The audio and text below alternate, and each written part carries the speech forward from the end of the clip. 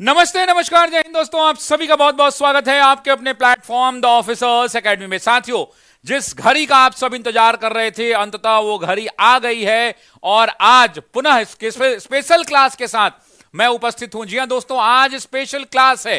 रात 9 बजे हमने आपसे वादा किया था कि आज की जो क्लास होगी वो एक स्पेशल क्लास होगी, जिस क्लास के तहत हम मॉडर्न हिस्ट्री को कवर करेंगे। तो सभी लोगों का बहुत बहुत स्वागत है, बहुत बहुत अभिनंदन है। सभी लोगों का बहुत बहुत स्वागत है, बहुत बहुत अभिनंदन है। तो चलिए साथियों, बिना देरी के हुए क्लास की शुरुआत करेंगे। मिथिलांचल से कौन है भाई? सबको good evening, good evening, good evening. सभी लोगों का बहुत बहुत स्वागत है, बहुत बहुत अभिनंदन है।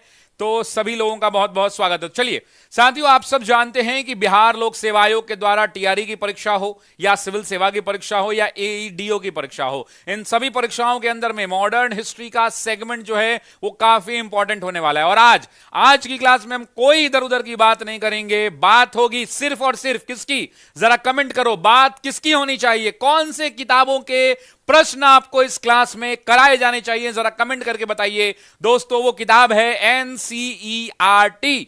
और आज ना 6, ना 7, ना 8, ना 9, ना 10, ना 11, आज बात होगी क्लास 12 के मॉडर्न हिस्ट्री के किताब की। जी हां दोस्तों, आज की इस क्लास में हम बात करने वाले हैं, आज हम बात करेंगे दोस्तों क्लास 12 की एनसीईआरटी की।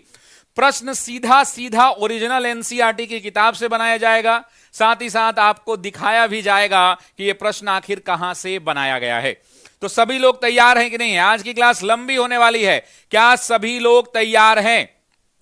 यस और नो जरा कमेंट करके बता दीजिए। एक बार सब अपने दोस्तों को जगा के आइए कि आज की रात ऐतिहासिक ओरिजिनल एनसीईआरटी के क्वेश्चंस, ऐसे प्रश्न जो परीक्षा में हूबहू लड़ेंगे। जी हां दोस्तों, मैंने आपको याद होगा एक अपने सार्थक के नाम पर टेस्ट सीरीज लॉन्च किया है और उस टेस्ट सीरीज को सार्थक करना है आपके जीवन में। जी हां दोस्तों, आप सब कह भी रहे थे ना कि शशि सर आप हिस्ट्री, ज्योग्राफी, पॉलिटी, इकोनॉमी का टेस्ट लेकर के आइए। मैंने एक टेस्ट सीरीज लॉन्च किया, अभी ऑफर प्राइस चल रहा है 99 रुपए शायद, है ना। कुछ दिनों में वो 200 रुपए या 199 हो जाएगा, दुगना हो जाएगा।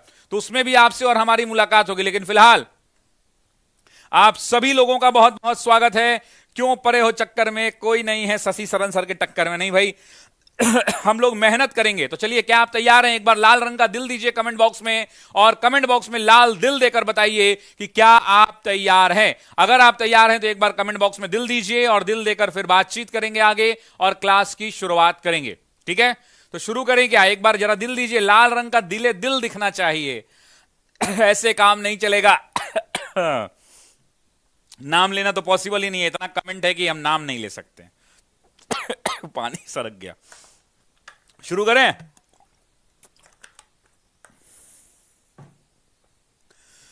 अच्छा, मेरी इच्छा भी है कि क्लास 12 वाली एनसीईआरटी जो है वो काफी महत्वपूर्ण होती है, आप भी जानते हैं। तो उसकी हम बातचीत करते हैं। चलिए शुरू करते हैं। उससे पहले एक जानकारी है, सार्थक टेस्ट सीरीज लॉन्च कर दिया गया है। जिन लोगों ने ये टेस्ट सीरीज नहीं खरीदा है, खरीद लीजिए। क्यों? क्योंकि परसों से यानी 22 तारीख से ना, 21 या 22 आपको बता दिया गया होगा, 21 या 22 तारीख है डेट में कंफर्म कर देता हूं। उसी दिन से ये टेस्ट सीरीज शुरू हो रहा है। तो जिन लोगों ने परचेज नहीं किया है, 2 दिन का समय है, आप परचेज कर सकते हैं 99 रुपए के अंदर में, जिसमें 1 महीने के अंदर में कुल 16 टेस्ट मिलेंगे आपको, है ना। बिहार स्पेशल का भी टेस्ट है। महात्मा गांधी ने पहली बार सत्याग्रह के रूप में जानी गई अहिंसात्मक विरोध की अपनी विशिष्ट तकनीक का इस्तेमाल कहां किया था? पंजीकरण प्रमाण पत्र के विरोध के दौरान, बोअर के युद्ध के दौरान, चंपारण सत्याग्रह के दौरान, असहयोग आंदोलन के दौरान। तो सभी लोगों को पहले कमेंट करना है और कमेंट करके बताना है। मैं 1 मिनट में, बस 1 सेकंड में आया, आप कमेंट कीजिए। पानी, क्योंकि खांसी बहुत आ रहा है। कप सिर्फ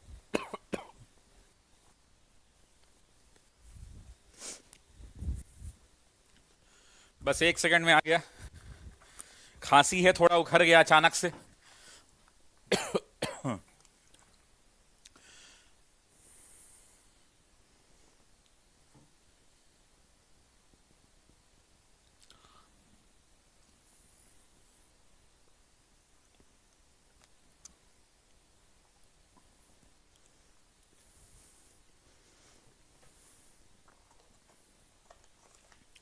चलिए शुरू करते हैं। हाँ, ओपन नहीं हो रहा है नूरजहान, क्योंकि 22 तारीख से ओपन होगा टेस्ट सीरीज। टेस्ट सीरीज जो है 22 तारीख से ओपन होगा। चलिए पहला प्रश्न देखिए, महात्मा गांधी क्वेश्चन पूछ रहा है कि महात्मा गांधी ने अपने जीवन में पहली बार अहिंसात्मक विरोध की अपनी विशिष्ट तकनीक का इस्तेमाल कहां किया था। अब देखिए ये जो शब्द है ना, ये एनसीईआरटी क्लास 12 का क्वेश्चन है। कहां का है? तो एनसीईआरटी क्लास 12 का। अब सबसे पहले इस प्रश्न का उत्तर क्या हो जाएगा? पंजीकरण प्रमाण पत्र। अब मामला क्या है वो भी समझ लीजिए, ठीक है? मामला क्या है वो मैं आपको समझाता हूं, सुनिए। हुआ क्या कि आपको पता है कि महात्मा गांधी जो है दक्षिण अफ्रीका कब गए, जरा बताना। महात्मा गांधी, कमेंट करो, आज आपका कमेंट करने का दिन है। तो आपको ही पता है कि 1893 में दक्षिण अफ्रीका गए। जब 93 में दक्षिण अफ्रीका महात्मा गांधी गए तो वहां क्यों गए? तो दादा अब्दुल्ला का केस लड़ने गए। उस केस में जीते या हारे? तो जीत गए, ये भी आपको बताना है। लेकिन जब महात्मा गांधी ट्रेन की यात्रा कर रहे थे तो आपको याद होगा कि ट्रेन के अंदर में महात्मा गांधी के साथ रंग भेद हो गया, मतलब गोरा और काला का भेद हो गया। और जब महात्मा गांधी के साथ रंग भेद हुआ तो महात्मा गांधी ने यह तय कर लिया कि महात्मा गांधी अब साउथ अफ्रीका में रहेंगे, दक्षिण अफ्रीका में रहेंगे और यहां की समस्याओं का समाधान करेंगे। यह बात आपको पता है, यहां पे क्लियर हो गया कि महात्मा गांधी यहां रहेंगे और दक्षिण अफ्रीका के अंदर में समस्याओं का समाधान करेंगे, ठीक है? अब यहां से ना 2-3 सवाल आता है, ये वाला ध्यान से पढ़िएगा, क्लास के अंदर में अगर कवर नहीं होगा तो यहां यूट्यूब पे कवर हो जाएगा, ठीक है? ध्यान दीजिए। अब जब महात्मा गांधी यहां दक्षिण अफ्रीका में रहेंगे तो पहला सवाल आता है कि महात्मा गांधी 1894 में क्या करेंगे। तो 1894 के अंदर में महात्मा गांधी इंडियन नेशनल कांग्रेस, सभी लोग जरा कमेंट करिए तो, इंडियन नेशनल कांग्रेस की स्थापना कब हुई? एग्जाम में पूछता है तो आंसर क्या होगा? 1894। और ये क्या था? ध्यान से समझना, आज समझने वाली क्लास है। यह एक संगठन था जिस संगठन के माध्यम से दक्षिण अफ्रीका में जितने भी भारतीय रहते थे उन सभी भारतीयों को गांधी जी ने एक मंच पर इकट्ठा कर दिया, एक मंच पर इकट्ठा कर दिया। अब जब यहां पर लोग इकट्ठा हो गए तो महात्मा गांधी को मामला एक समझ में आया। क्या समझ में आया? महात्मा गांधी को एक मामला मिला, पंजीकरण प्रमाण पत्र। जरा बताओ कितने लोग चाहते हो कि ये वाला मैं डिटेल में एक्सप्लेन कर दूं? एक बार दिल दे के बताइए कितने लोग चाहते हैं कि ये पूरा टॉपिक पंजीकरण प्रमाण पत्र क्या है। तो सुनिए, पंजीकरण प्रमाण पत्र की जब बात करते हैं तो मूल रूप से होता क्या था कि ये जो दक्षिण अफ्रीका है, ये दक्षिण अफ्रीका तटीय इलाका था और जहाज इधर से आते थे और इधर से जहाज जाता था और यहां पर व्यापार का ये केंद्र होता था।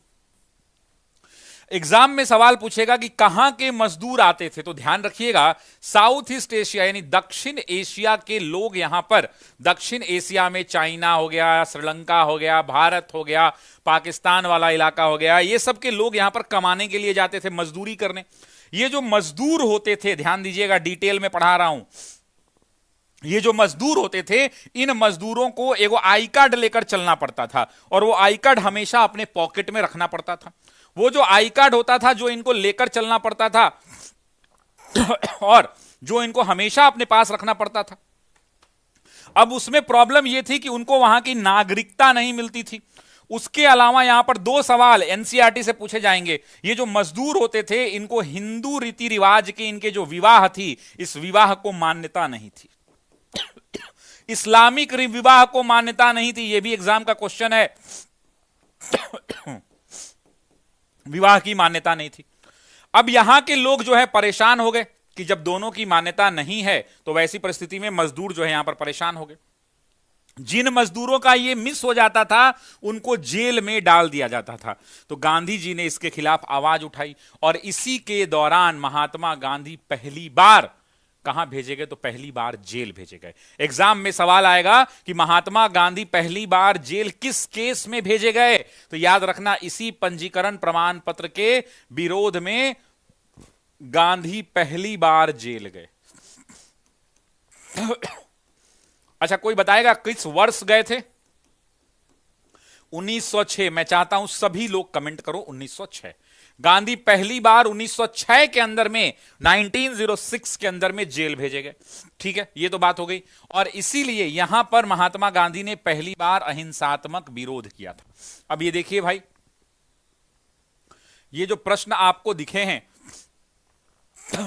ये कहां से बनाया गया है?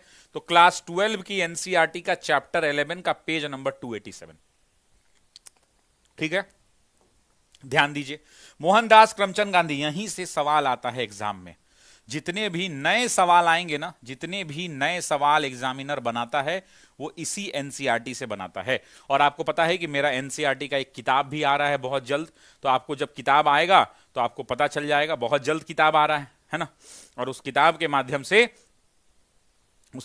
माध्यम से आपको बहुत लाभ मिलेगा। ओरिजिनल एनसीईआरटी होगा, ऐसा ही स्क्रीनशॉट लगा के। इसमें देखिए क्या कर रहा है, देखिए यही वाला सवाल आया था ना, 2 दशक।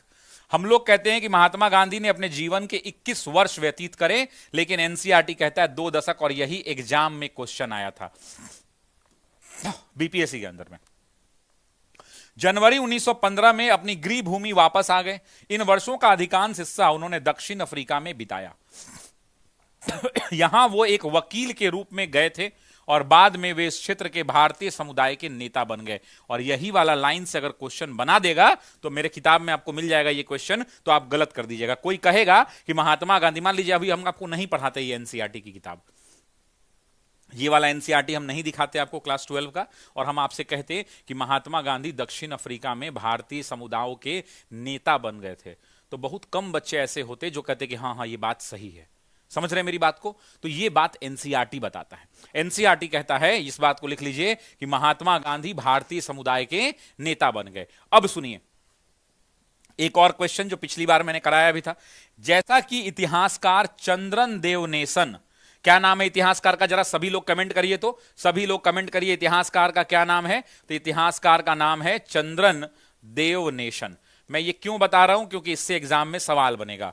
यही वो पहला व्यक्ति है जिसने गांधी जी को महात्मा वाला बात कहा था। इस व्यक्ति ने कहा, हम पढ़ते हैं कि रविंद्रनाथ टैगोर ने महात्मा की उपाधि दी, लेकिन जब आपसे पूछे तो एनसीईआरटी क्लास 12 क्या कह रहा है? एनसीईआरटी क्लास 12 क्या कह रहा है? एनसीईआरटी 12 कह रहा है कि चंद्रन देवनेसन ने टिप्पणी की कि दक्षिण अफ्रीका ने ही गांधी जी को महात्मा बनाया। तो आपसे अगर एग्जाम में कह देगा कि पहली बार महात्मा गांधी के संदर्भ में यह टिप्पणी किसने की कि दक्षिण अफ्रीका ने ही महात्मा गांधी जी को महात्मा बनाया, तो आंसर क्या होगा? चंद्रन देवनेसन। और हम लोग मुंह चियार देंगे, हाँ हमको तो पता ही नहीं है। क्यों? क्योंकि ये एनसीईआरटी का छुपा हुआ सवाल है।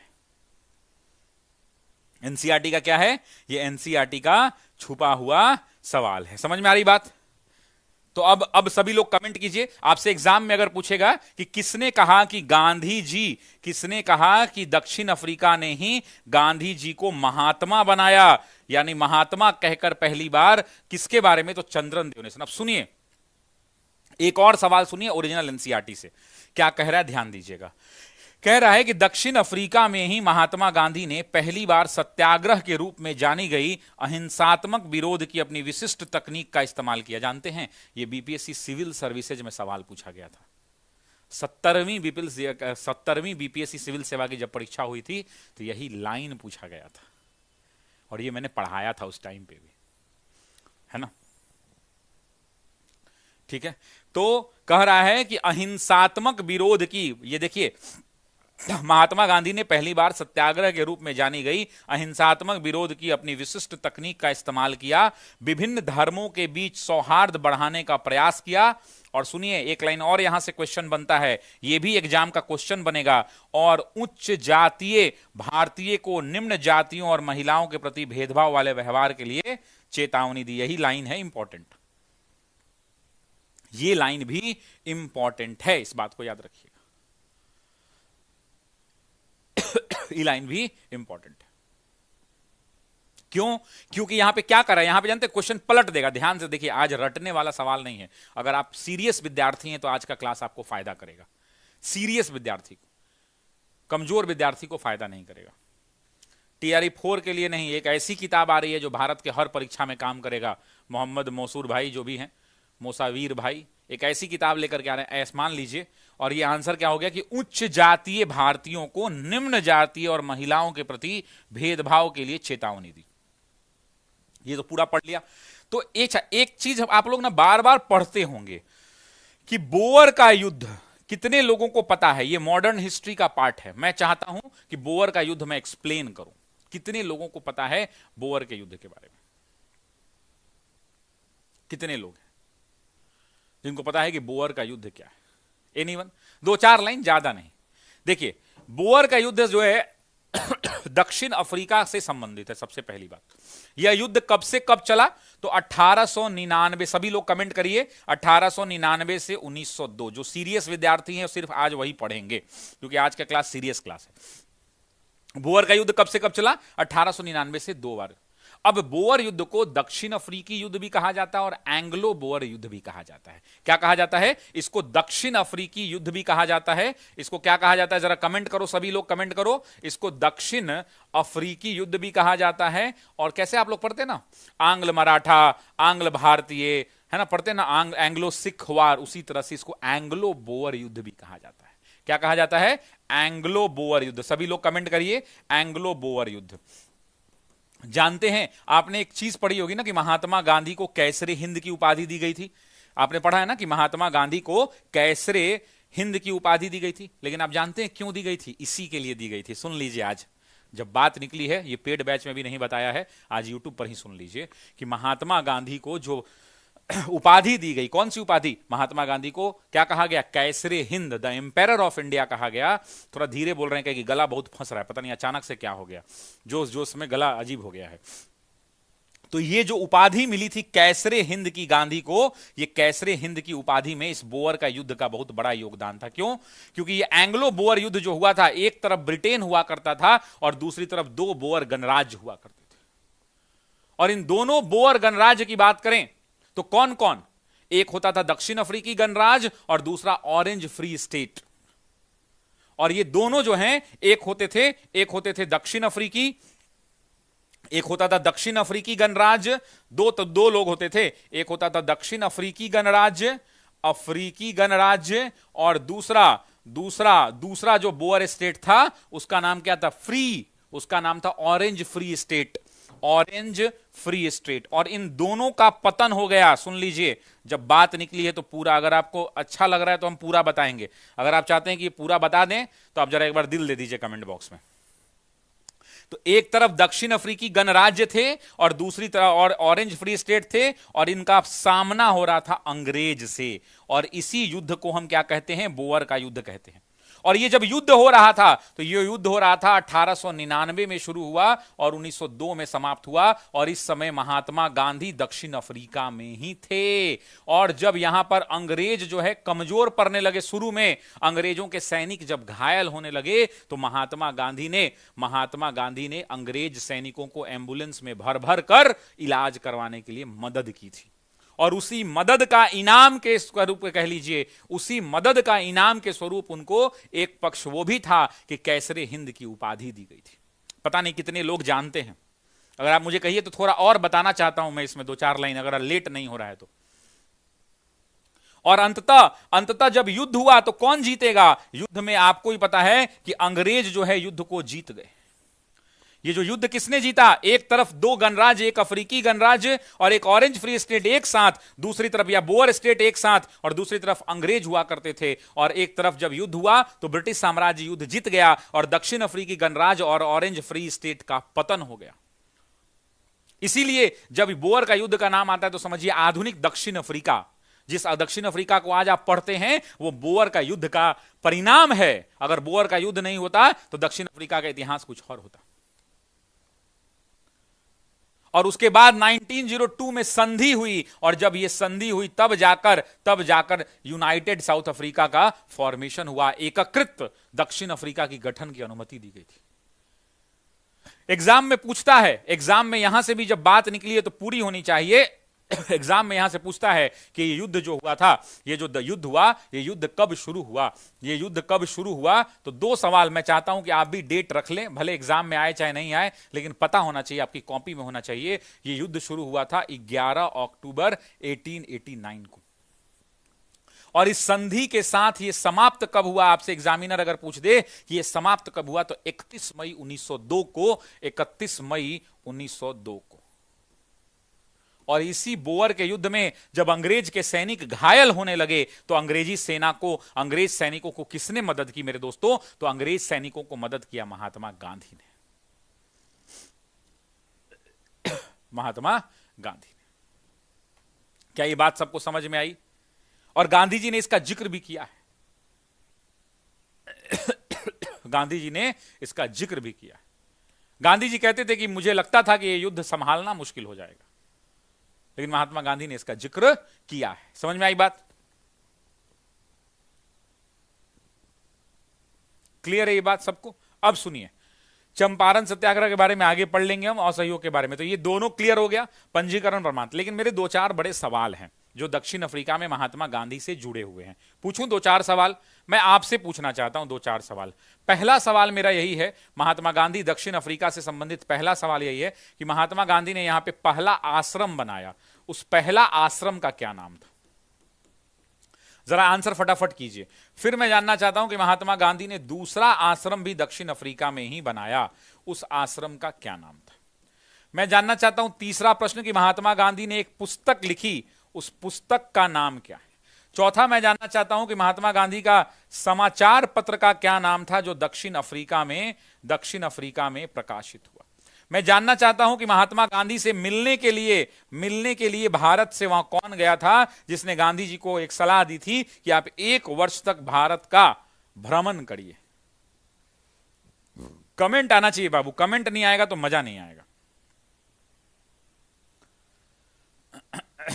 अगर कमेंट नहीं आएगा तो मजा नहीं आएगा, कमेंट आना चाहिए।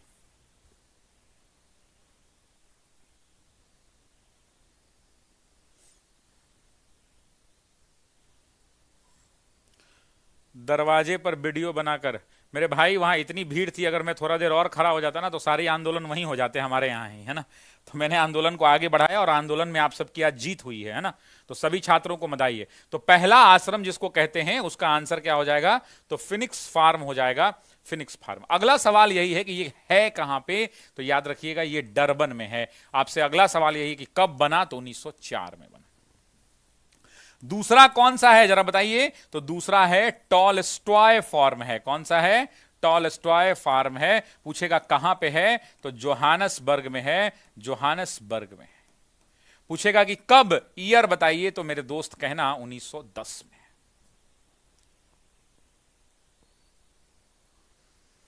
पुस्तक का नाम अगर पूछे वहां पे कौन सा, तो हिंद स्वराज कहना मेरे दोस्तों। क्या कहोगे? तो हिंद स्वराज पुस्तक कहोगे। समाचार पत्र पूछेगा तो क्या कहोगे? द इंडियन ओपिनियन कहोगे, द इंडियन ओपिनियन कहोगे, द इंडियन ओपिनियन कहोगे, द इंडियन ओपिनियन समाचार पत्र। और कौन वहां पर मिलने के लिए महात्मा गांधी से गया था? तो याद रखना गोखले गए थे मेरे दोस्तों। कौन गया था? गोखले गए थे। इतनी चीजें आपको वहां पे पता होनी चाहिए। अच्छा, आप सभी जानते हैं कि हमारा एईडीओ का बैच शुरू कर दिया गया है। एईडीओ का ऑनलाइन बैच स्टार्ट हो गया, इसमें धीरे धीरे क्लासेस भी शुरू हो गई हैं। ये बैच होगा जिसके अंदर में हम लोग पूरा कंप्लीट करेंगे सिलेबस, यानी पेपर 1 भी पढ़ाएंगे, पेपर 2 भी पूरा पढ़ाएंगे और पेपर 3 भी पढ़ाएंगे। और इसका जो लेवल होगा मेरे दोस्तों वो टीआरई के लेवल से कम 3 लेवल अप होगा, क्योंकि एक ही एग्जाम देकर आप डायरेक्ट टीचर नहीं, शिक्षक नहीं, आप शिक्षकों के अधिकारी बनेंगे। आप शिक्षक बनते तो कोई बात नहीं थी, लेकिन आप शिक्षकों के अधिकारी बनेंगे। ना कोई मेंस है, ना कोई इंटरव्यू है, और इसमें कोई बीएड सीटेट ये वो कुछ नहीं चाहिए। सिंपल, अगर आपके पास ग्रेजुएशन या उसके समकक्ष कोई योग्यता है, अगर आप ग्रेजुएशन की डिग्री रखते हैं, कहीं नहीं आप एग्रीकल्चर में रखते हो, कहीं नहीं बीसीए किए हो, कहीं नहीं नर्सिंग किए हो, कुछ भी किए हो, अगर वो बैचलर की डिग्री है, बी लगा हुआ है, लाइब्रेरी साइंस किए हो, कुछ भी किए हो, बीएससी किए हैं, बीकॉम किए हैं, बीएस किए, तो आप इस फॉर्म को भर सकते हैं। पहली और आखिरी बार है, 935 पदों पर वैकेंसी निकली है, और इतना दावा है कि जो क्लास में पढ़ा दिया जाएगा उससे बाहर कुछ भी नहीं आएगा। इस बैच को आप परचेज कर सकते हैं। अगला सवाल, ये बड़ा ही बेहतरीन सवाल है, ये आपको सोचने पर मजबूर कर देगा। ये जो सवाल है ये आपको सोचने पर मजबूर कर देगा। मैं ऐसा क्यों कह रहा हूं सोचने पर मजबूर कर देगा? मैं ऐसा इसलिए कह रहा हूं कि आपको सोचने पर मजबूर कर देगा, इसलिए कह रहा हूं क्योंकि सवाल को पढ़िए। आप आज तक जो पढ़ते होंगे सारा कॉन्सेप्ट पलट जाएगा। आप सुनते होंगे बाल लाल पाल से संबंधित कौन सा कथन सत्य नहीं है, मतलब आपसे बोल रहा है कि इनकरेक्ट स्टेटमेंट को फाइंड कीजिए। ये तीनों नेता क्रांतिकारी राष्ट्रवादी विचारधारा के समर्थक थे। ठीक है, पहला स्टेटमेंट।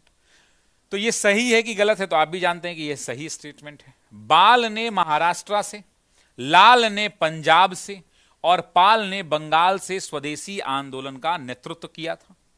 ये भी स्टेटमेंट क्या है, सही है।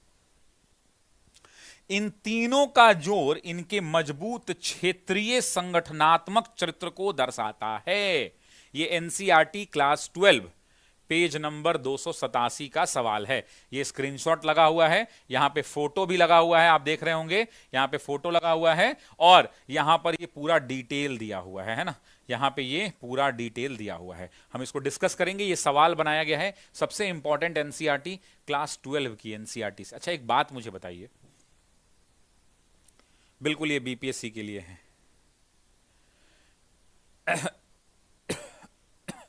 ये बीपीएससी की क्लास है। अब सुनिए, मेरे 2-3 सवाल हैं आपसे, पूछूं? मेरा पहला सवाल यह है आपसे कि अगर मान लीजिए कि ऐसा कोई व्यवस्था हो, ऐसा कोई व्यवस्था हो जिस व्यवस्था के तहत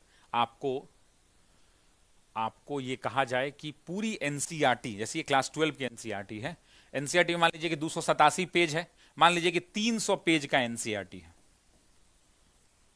क्लास 12 का, और कोई टीचर मेरे टाइप का है कि मैं शशि शरण एक एक पेज से 3 सवाल बनाऊंगा, यानी 900 सवाल आपको एनसीईआरटी का बना दूंगा। हम क्वेश्चन बनाएंगे और उसका जो डिस्कशन होगा ना, उस डिस्कशन में एनसीईआरटी का फोटो काट के लगा देंगे और उसको हाईलाइट कर देंगे, हाईलाइट। और अगर मैं ऐसे क्लास 12, क्लास 11, क्या कि मान लीजिए जिसका सब्जेक्ट है, जिसको आईएएस का एग्जाम देना है, जिसको और कोई परीक्षा देना है, तो उसको क्लास 11 वाला एंशिएंट मेडाइवल भी पढ़ना होगा, क्लास 10, क्लास 9, क्लास 8, क्लास 7 और क्लास 6। अगर इस सारी किताब के हर पेज से अगर क्वेश्चन नहीं हो बन रहा है ना, तो जबरदस्ती बना दे।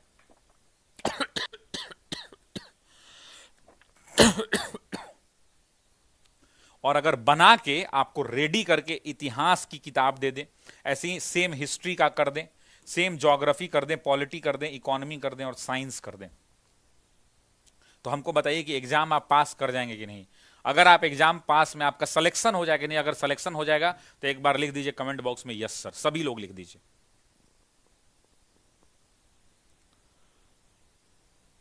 सभी लोग लिख दीजिए,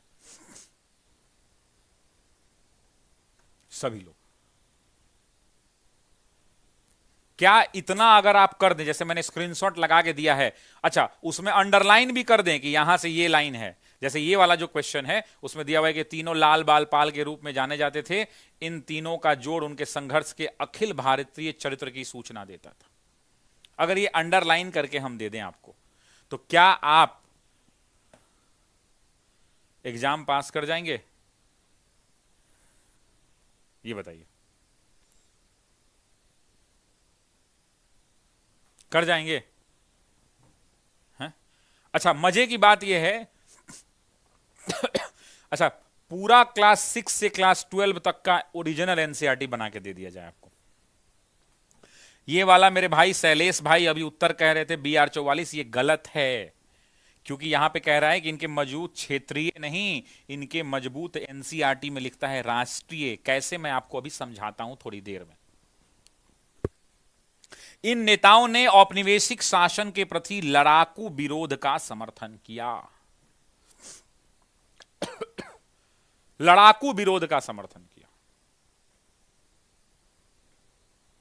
अब देखिए यहां पर अखिल भारतीय चरित्र है यहां पर, यानी ये राष्ट्रीय चरित्र की बात कर रहा है, और यहां क्वेश्चन के अंदर में क्षेत्रीय दिया हुआ है, क्षेत्रीय दिया हुआ। क्या हो गया, क्या रो रहा है बेटू, क्या हो गया? आओ आओ आओ। अब भाई आप लोग रोज मेरा बेटा रोज आएगा अब क्लास में। क्या हुआ बेटू, कहाँ गया था? हाँ, कहाँ गया था? सबको हाय कर दो, हेलो हेलो हेलो कर दो सबको, हेलो बोलो, हेलो। अच्छा से पढ़िए आप लोग, चाचा लोग, सब चाचू है ना तुम्हारा उधर, सब बुआ लोग है उधर, चाचू अब बुआ लोग को बोल दो तो अच्छे से पढ़िए। यहाँ दिख रहा है सब कमेंट कर रहा है, बेटा अच्छे से पढ़िए, नहीं तो आप लोग का ब्याह कैसे होगा? हैं? चलो अब जाए, ठीक है, अब चलेगा। इन नेताओं ने औपनिवेशिक शासन के प्रति लड़ाकू विरोध का समर्थन किया, यह भी सही है। इसलिए अगर आप ले जाएंगे तो तीसरा यानी ई ऑप्शन आपको आंसर लगाना पड़ेगा, जिसमें थर्ड जो है वो क्या है, अखिल क्षेत्रीय संगठनात्मक नहीं है। आंसर इसका ई विकल्प हो जाएगा। क्वेश्चन ही गलत है। देखो सब तुमको हाय कर रहा है। हाँ बेटा बोल दो पापा, बोल दो पापा, पापा। चलो जाओ जाओ, अब उतरेगा नहीं। जाओ जाओ जाओ जाओ जाओ जाओ जाओ। अब यहां पे ई आंसर जाएगा सभी लोगों को। ठीक है, बाय। अब जाइए जाइए, आप जाइए, जल्दी जल्दी सोइए। अब सुनिए, हाँ सार्थक टेस्ट सीरीज का डिस्कशन भी कराएंगे, हम ही डिस्कस कराएंगे। अब मैं वो बात नहीं कहना चाहता हूं। इस प्रश्न से 3 बड़े बड़े प्रश्न निकलेंगे, जिनको हड़बड़ी है ना वो जाइए, क्योंकि सब सवाल बेहतरीन सवाल है। अब यहां पे पहली बात आ रही है विचारधारा की। मुझे बताइए कि भारतीय राष्ट्रीय आंदोलन में कितनी प्रकार की विचारधाराएं हैं भाई। सबसे पहले आप बात करते हैं उदारवादी विचारधारा की। उदारवादी वो जिनकी प्रवृत्ति उदार है, नंबर 1 क्वेश्चन आता है एग्जाम में। दूसरा, उदारवादी वो जो अनुनय विनय की नीति का अनुसरण करते हैं, फोल्डेड हैंड पॉलिसी, अंग्रेजों के सामने हाथ जोड़कर अपना काम निकलवाना जानते हैं। और तीसरा, 3P पॉलिसी यानी प्रेयर, प्रोटेस्ट और पिटीशन की राजनीति करते हैं। आया था ना एग्जाम में। मैं एक भी ऐसी फालतू बात नहीं पढ़ाता हूं जो एग्जाम में नहीं आया। यही वर्ड आया था 3P लिख के, याद है ना 70वीं बीपीएससी। तो ये उदारवादी हैं। जब उदारवादियों से विचारधारा एक कदम आगे बढ़ी, अंग्रेजों का शोषण बढ़ गया, तो एक विचारधारा पनप लेती है जिसको हम कहते हैं उग्र राष्ट्रवादी। और इसी उग्र राष्ट्रवादी विचारधारा को हम क्या कहते हैं, 3 नामों से जानते हैं। यहीं पर लिखता हूं ताकि आपको समझ में आए। यहां पर जो है एक विचारधारा जो दूसरी है उसको कहते हैं उग्र राष्ट्रवादी। मतलब क्या कि ये राष्ट्रवादी तो हैं लेकिन उग्रपना है इनके अंदर में, या इनको एक और नाम से जाना जाता है क्रांतिकारी राष्ट्रवादी। उग्र राष्ट्रवादी दूसरा इसी को कहते हैं, यहां पे लिखा हुआ है देखो, क्रांतिकारी राष्ट्रवादी, या एक और नाम से जानते हैं अतिवादी। ये वो लोग हैं जो कहते हैं कि हम बातचीत का रास्ता नहीं अपनाएंगे। ये वो लोग हैं जो कहते हैं कि अंग्रेजों के सामने हम हाथ नहीं जोड़ेंगे, हम बातचीत करेंगे, और अगर बातचीत से बात नहीं बनी तो हम हिंसा का भी प्रयोग कर सकते हैं। वर्ड ध्यान दो, कर सकते हैं। कर सकते हैं मतलब ये कहते हैं कि हम पहले बातचीत का रास्ता अपनाएंगे, लेकिन अगर बातचीत से ना मनवा लोग तो लात जूता भी होई, यानी जरूरत पड़ी तो हिंसा। लेकिन कब हिंसा, जब जरूरत पड़ी तो। कैसे आप लोग घर टाइम से नहीं आते हैं। हमारे यहां एक है अन्नू कुमारी जी, अन्नू है। अब अन्नू का पति जो है घर नहीं आता है, तो वैसी परिस्थिति के अंदर में अन्नू की जो है पति जब घर नहीं आता तो अन्नू की बीबी इंतजार करती है। 1 दिन बताती है, 2 दिन बताती है, तीसरा दिन लोढ़ा निकाल के मार लोढ़ा अंगूठवे कूंच देती है, फिर बेलना निकाल के कूंच देती है। समझ रहे मेरी बात को। तो ये बात है जो मैं आपसे कहना चाहता हूं। तो उसी प्रकार से जरूरत पड़ी तो हिंसा का प्रयोग, जरूरत पड़ी तो हिंसा का प्रयोग। तो ये विचारधारा, तो ये तीनों वही लोग थे। अब ये जब तीनों आते थे तो लाल पंजाब से, महाराष्ट्र से और पाल बंगाल से। लेकिन ध्यान रखिएगा, पाल कई बार मद्रास से भी, यही बताना था। एग्जाम में अगर बोल दे कि पाल जो है स्वदेशी का प्रचार प्रसार करते करते मद्रास से भी नेतृत्व किए, तो गलत नहीं होगा, नहीं होगा गलत।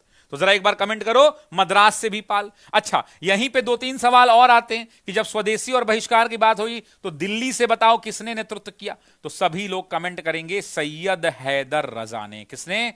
सैयद हैदर रजा ने किया। यहीं से आ जाएगा कि बिहार के अंदर में किसने किया, तो जरा कमेंट करना, सच्चिदानंद सिन्हा ने बढ़ चढ़ कर हिस्सा लिया। तो एग्जाम में पूछेगा मद्रास से किसने किया, तो मद्रास से याद रखना चिदंबरम पिल्लई ने किया, चिदंबरम पिल्लई ने किया, चिदंबरम पिल्लई ने किया, चिदंबरम पिल्लई ने किया। और ये तीनों के तीनों स्वदेशी और बहिष्कार आंदोलन के नेतृत्व करता थे, इस बात को ध्यान रखिएगा। अच्छा, एक और बात, बिहार के अंदर में मेरा सवाल है कि बिहार के अंदर में कौन वो व्यक्ति था ऐसे। बिहार स्पेशल का बैच जो फ्री में चल रहा है, उसमें मेरी क्लासेस बहुत दिनों से इधर रुकी हुई हैं, वो क्लास में फिर से शुरू कर दूंगा मंडे ट्यूसडे से, ठीक है। लेकिन उसमें मैंने पढ़ाया है, बताइएगा जरा। स्वदेशी पढ़ा चुका हूं वहां पे बिहार स्पेशल में, होम रूल भी पढ़ाया था, उससे भी एग्जाम में क्वेश्चन आया बीपीएससी में। जो पढ़ाएंगे उससे बाहर नहीं आएगा। तो वहां पर मैंने आपको बताया था कि एक व्यक्ति थे जो मुजफ्फरपुर और भागलपुर आकर भाषण दिए थे। कोई नाम बता सकता है उस व्यक्ति का जो भागलपुर आकर स्वदेशी और बहिष्कार आंदोलन के दौरान लोगों को मोटिवेट किए थे? क्या नाम था? सुरेंद्रनाथ बैनर्जी। सुरेंद्रनाथ बैनर्जी, इस बात को ध्यान रखिए, ठीक है। अब देखिए तीसरा ऑप्शन, इन तीनों का जोड़ इनके मजबूत क्षेत्रीय संगठन। अरे भाई क्षेत्रीय कैसे? ये जो बाल लाल पाल की बात कही जाती है मेरे भाई, ये जो बाल लाल पाल की बात कही जाती है, देख लीजिए, आज सुन लीजिए। कहते हैं ना कि लोग तीनों मिलकर देश, नहीं, ऐसे नहीं कहा जाता है, ध्यान दीजिए। ये इलाका किसका? ये इलाका पाल का। ये इलाका किसका? महाराष्ट्र वाला पूरा क्षेत्र कवर कर लेते थे बाल गंगाधर तिलक का। और ये किसका? तो पंजाब और ये पूरा दिल्ली का इलाका लाल का। इसीलिए कहा जाता है, ध्यान दीजिए, आज के बाद अभी तक आप रटते थे कि बाल लाल पाल, रटिए मत। ये शशि सर की क्लास है, पेड बैच हो चाहे यूट्यूब हो, कोई फर्क नहीं है, पढ़ाएंगे तो दिल से पढ़ाएंगे। करंट अफेयर की क्लास शुरू कर दीजिए, बहुत जल्द शुरू हो जाएगा। अच्छा मुझे बताइए एक बात, हम दिल से बताइए, जो 3000 लोग हैं, 35 लोग, जब बीपीएससी का भी एग्जाम देके आए होंगे करंट अफेयर में, तो आपसे सवाल बहुत सारे बने होंगे। अगर मैं करंट अफेयर की क्लास रोज सुबह 5 बजे नहीं लेकर रात में ले लूं 9 बजे 10 बजे, तो कैसा रहेगा? 10 PM ले लूं तो कैसा रहेगा? काहे भोरे भोरे नींद खराब करके उठेंगे। अब सुनिए, ये लाल हैं, ये बाल हैं, ये पाल हैं, ये सब लोग हैं। तो मुझे बताइए कि ये क्षेत्रीय का मतलब क्या हो गया? कि अपने क्षेत्र तक। क्षेत्रीय का मतलब क्या? सिर्फ इसी गोल के अंदर में? क्षेत्रीय का मतलब क्या? यही वाला गोल। तो ये क्षेत्रीय, ये क्षेत्रीय, ये क्षेत्रीय। लेकिन जब तीनों मिल जाएगा मेरे भाई, जब तीनों मिल जाएगा मेरे भाई, तो मुझे एक बात बताओ कि जब ये तीनों मिल जाएंगे तो ये क्या क्षेत्रीय हो जाएगा? नहीं साहब, ये क्या हो जाएगा? ये राष्ट्रीय प्रवृत्ति हो जाएगी इनकी, ये राष्ट्रीय स्तर का हो जाएगा। ये क्षेत्रीय नहीं होगा, ये राष्ट्रीय होगा। और देखिए यहां पे एनसीईआरटी क्या लिखता है। एनसीईआरटी लिखता है कि इसने, देखिए यहां पे ध्यान दीजिए, महाराष्ट्र के बाल गंगाधर तिलक, बंगाल के बिपिन चंद्र पॉल और पंजाब के लाला लाजपत राय हैं। ये तीनों बाल लाल पाल के रूप में जाने जाते थे। इन तीनों का यह जोड़ उनके संघर्ष के अखिल भारतीय चरित्र की सूचना देता है। मतलब ये पूरे भारत के श्रेष्ठ थे, क्योंकि तीनों के मूल निवास क्षेत्र एक दूसरे से बहुत दूर थे। इन नेताओं ने जहां औपनिवेशिक शासन के प्रति लड़ाकू विरोध का समर्थन किया, वहीं उदारवादियों का एक समूह था जो क्रमिक और लगातार प्रयास करने रहने का विचार का हिमायती था। इन उदारवादियों में गांधी जी के मान्य राजनीतिक परामर्शदाता गोपाल कृष्ण गोखले के साथ मोहम्मद अली जिन्ना थे, जो गांधी जी की ही तरह गुजराती मूल के लंदन में प्रशिक्षित वकील थे। तो ये स्टेटमेंट आपका क्लियर हो गया कि ये सही है और ये स्टेटमेंट क्या है? गलत है। ठीक है, तो इसलिए आंसर क्या जाएगा? ई विकल्प जाएगा। मुझे लगता है कि आपको यह प्रश्न समझ में आया होगा। यह क्वेश्चन आपके मन के बहुत सारे थर्मामीटर को हिला देगा। यह एक ऐसा सवाल है, जिन लोगों ने वीडियो को लाइक नहीं किया है, सरस्वती मैया उनका 10% आशीर्वाद मत रोकिएगा, थोड़ा देर के लिए रोक लीजिएगा फिर दे दीजिएगा। नहीं नहीं नहीं, खूब आशीर्वाद दीजिए मेरे बच्चों को, ताकि ये आगे बढ़ें, खूब आगे बढ़ें, है ना। बस इतना ही कहना है, ठीक है। तो आप मुझे बताइए कि बनारस हिंदू विश्वविद्यालय के उद्घाटन से संबंधित कौन सा कथन सत्य है? सत्य पूछ रहा है कि कौन सा स्टेटमेंट करेक्ट है। आपको बताना है कि कौन सा स्टेटमेंट क्या है, स्टेटमेंट करेक्ट है। अब सुनिए, पहला कह रहा है फर्स्ट स्टेटमेंट कि गांधी जी की भारत में महत्व, पहली आया था ना ये क्वेश्चन एग्जाम में, टीआरई वालों, बीपीएससी वालों, बताना पहली महत्वपूर्ण, यही वर्ड लिखा हुआ था, देखो यही सेम वर्ड था। सेम वर्ड का मतलब यह है कि एनसीईआरटी से हूबहू उठाया गया था, सेम वर्ड।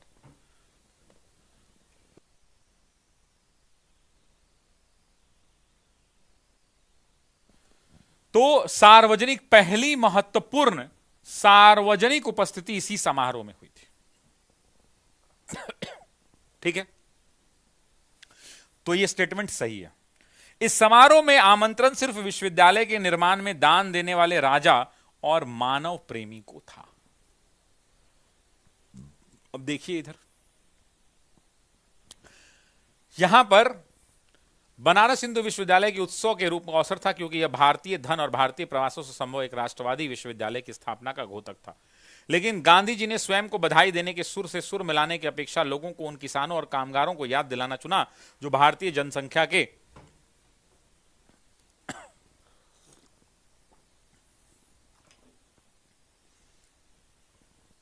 अधिसंख्य के हिस्से का निर्माण करने के बावजूद वहां श्रोताओं में अनुपस्थित थे।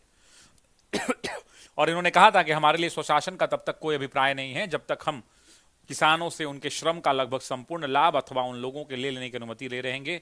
हमारी मुक्ति उन्हीं से हो सकती है।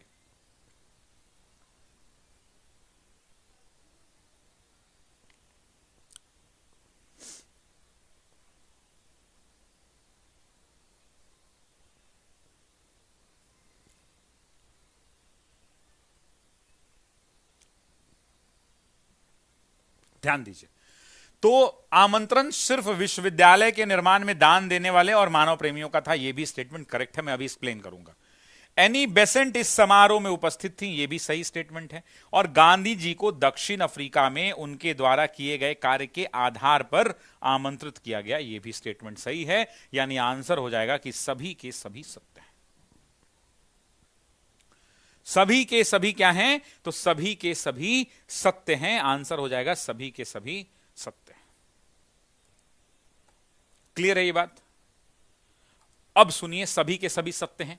अब ना थोड़ा सीरियस होकर सुनिएगा, ये मजाक वाला क्वेश्चन नहीं है, मैं मजाक वाला लेके नहीं आया हूं। बनारस हिंदू विश्वविद्यालय का इतिहास क्या है? अगर आप बीएचयू का इतिहास हम आपको बताएं तो आपको याद होगा कि एनी बेसेंट भारत आई थी 1893 में। सभी लोग कमेंट करके बताइए कब आई थी। एनी बेसेंट भारत कब आई थी, जरा कमेंट करके बताइए। एनी बेसेंट भारत कब आई थी, साल बताइए जरा। 1893 में। यहां इनको भारत पसंद आ गया और 1899 में इन्होंने हिंदू सेंट्रल कॉलेज की स्थापना की। हिंदू सेंट्रल कॉलेज की इन्होंने क्या करी? तो स्थापना की। जब हिंदू सेंट्रल कॉलेज की स्थापना की, बाद में मदन मोहन मालवीय से इनकी दोस्ती हो गई, मदन मोहन मालवीय आ गए। फिर इसमें एक एक्ट पारित हुआ जिस एक्ट का नाम था बीएचयू एक्ट 1915। और जब ये बीएचयू एक्ट 1915 पारित हुआ तब जाकर 4 फरवरी 1916 को, एनसीईआरटी का एक्चुअली वो पेज का कटिंग प्रॉपर नहीं लगा है, 4 फरवरी 1916 को बीएचयू का उद्घाटन हुआ।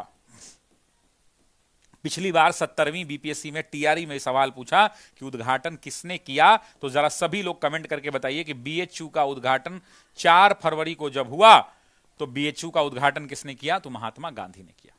अब यहां से 2-3 ऐसे सवाल बनते हैं कि गांधी जी का तो भारत से अभी कोई लेना देना नहीं है। क्यों भाई ऐसा कह रहा हूं? क्योंकि जो आदमी, आप ध्यान दीजिए, मेरी बातों को जरा ध्यान से समझिएगा, महात्मा गांधी का तो बीएचयू से उद्घाटन का कोई लेना देना नहीं है। तो महात्मा गांधी जो हैं वो चूंकि 1893 में दक्षिण अफ्रीका गए हैं, 1915 में भारत आए हैं, और 1915 में भारत आए हैं और अभी तो भारत घूम ही रहे हैं, और 4 फरवरी 1916 को उनको उद्घाटन करने के लिए बुला लिया जाएगा। मुझे एक बात बताइए कि मैं अगर यहां से 21 साल अमेरिका रहता हूं और 21 साल बाद अमेरिका से अपना काम धाम करके भारत लौटता हूं और अगले साल जो है भारत का पार्लियामेंट का उद्घाटन कराना होगा, तो हमसे करवाएगा कोई? नहीं करवाएगा। और अगर हम करने जा रहे हैं तो कोई बहुत बड़ा काम मैंने किया होगा। यही हुआ गांधी जी के साथ, जो पिछली बार एग्जाम में टीआरई में सवाल आया था। टीआरई के अंदर में जब सवाल आया तो उसमें बोला कि भाई ऐसा क्या था कि गांधी जी को बुला लिया?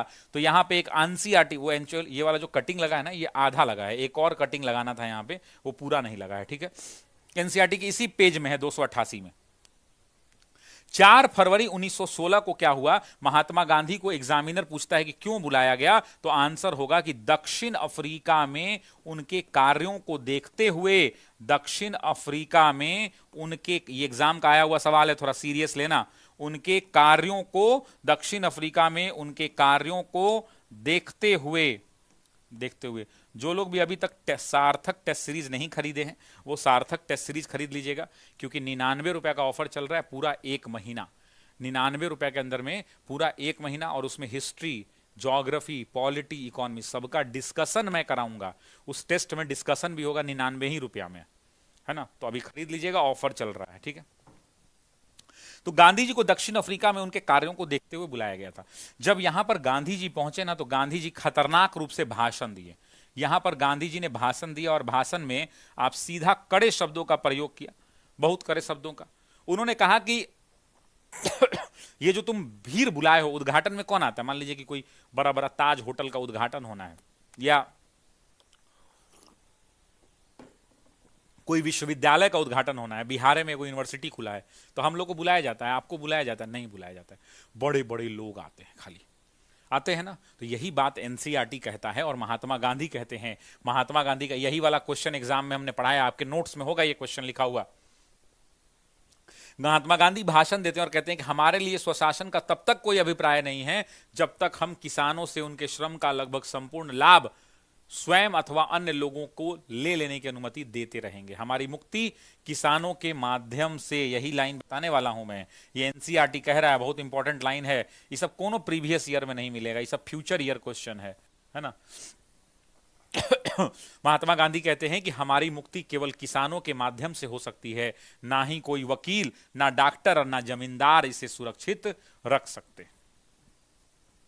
और महात्मा गांधी कहते हैं कि ये जो उद्घाटन समारोह तुमने बुलाया है, इस उद्घाटन समारोह में केवल बड़े लोग बैठे हुए हैं, या फिर इस बिल्डिंग को बनाने में जिनका धन लगा हुआ है, जो राजा हैं, जो पैसा दिए हैं, उन नोट वाला आदमी को खाली बुलाए हो तुम। इससे देश का तरक्की नहीं होगा। देश का तरक्की जब इसको बनाने वाला मजदूर, किसान, जिसकी जमीन पर बना है, वो जो है आके यहां पर बैठे, कुर्सी जो लगी है उस कुर्सियों पर किसान बैठे, उस कुर्सियों पर मजदूर बैठे, तब भारत को असली स्वतंत्रता मिलेगी।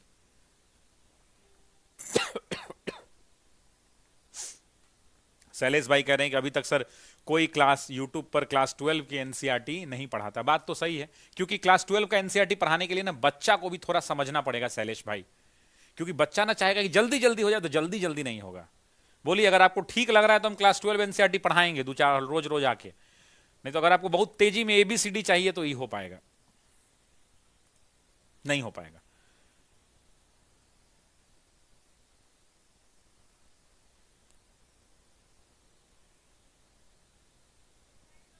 समझे? तो क्लास 12 की एनसीईआरटी पढ़ाना बहुत टफ काम है भाई, आईएएस वाले बच्चे पढ़ते हैं इसको। अब सुनिए, तो महात्मा गांधी ने कहा कि यह एक उत्सव और यह भारतीय धन और भारतीय प्रयासों से संभव एक राष्ट्रवादी विश्वविद्यालय की स्थापना का घोतक था। लेकिन गांधी जी ने स्वयं को बधाई देने के सुर में सुर मिलाने की अपेक्षा लोगों से उन किसानों और मजदूरों को याद दिलाना चुना, जो भारतीय जनसंख्या के अधिकांश हिस्से का निर्माण करने के बावजूद वहां श्रोताओं के रूप में अनुपस्थित थे। मतलब जो वहां मजदूरी करते हैं, जो बनाते हैं, और मजदूरी करने वाले, बनाने वाले लोग गांधी जी के सामने जब बैठे हुए नहीं मिले, तब गांधी जी ने इस पर टिप्पणी की और कहा यह ठीक बात नहीं है कि जिन लोगों ने इस बिल्डिंग को बनाया, जिन लोगों ने, किसानों ने जमीनें दी, उनको यहां बैठक में न बुला के सामने अंबानी, अडानी जैसे बड़े बड़े लोगों को तुमने बैठा दिया है, यह ठीक बात नहीं है। ठीक है, तो यही बात मुझे बतानी थी, तो आपको समझ में हो गया। अच्छा, ये वाला क्वेश्चन ना आईएएस में आ चुका है, ये वाला क्वेश्चन यूपीएससी में, ये कि इस समारोह में एनी बेसेंट मौजूद थी। जी बिल्कुल मौजूद थी। जब ये 1916 में उद्घाटन हो रहा था, उस समय एनी बेसेंट का होम रूल शुरू नहीं हुआ था, और एनी बेसेंट उसमें उपस्थित थी। वो एक्चुअली ना यहाँ पे क्या हुआ ना कि 2 स्क्रीनशॉट लगाना था, तो एगो लग गया है, एगो नहीं है, तो आधा बात उस स्क्रीनशॉट में है। अगली बार जब किताब आएगी तो किताब में ये पूरा रहेगा।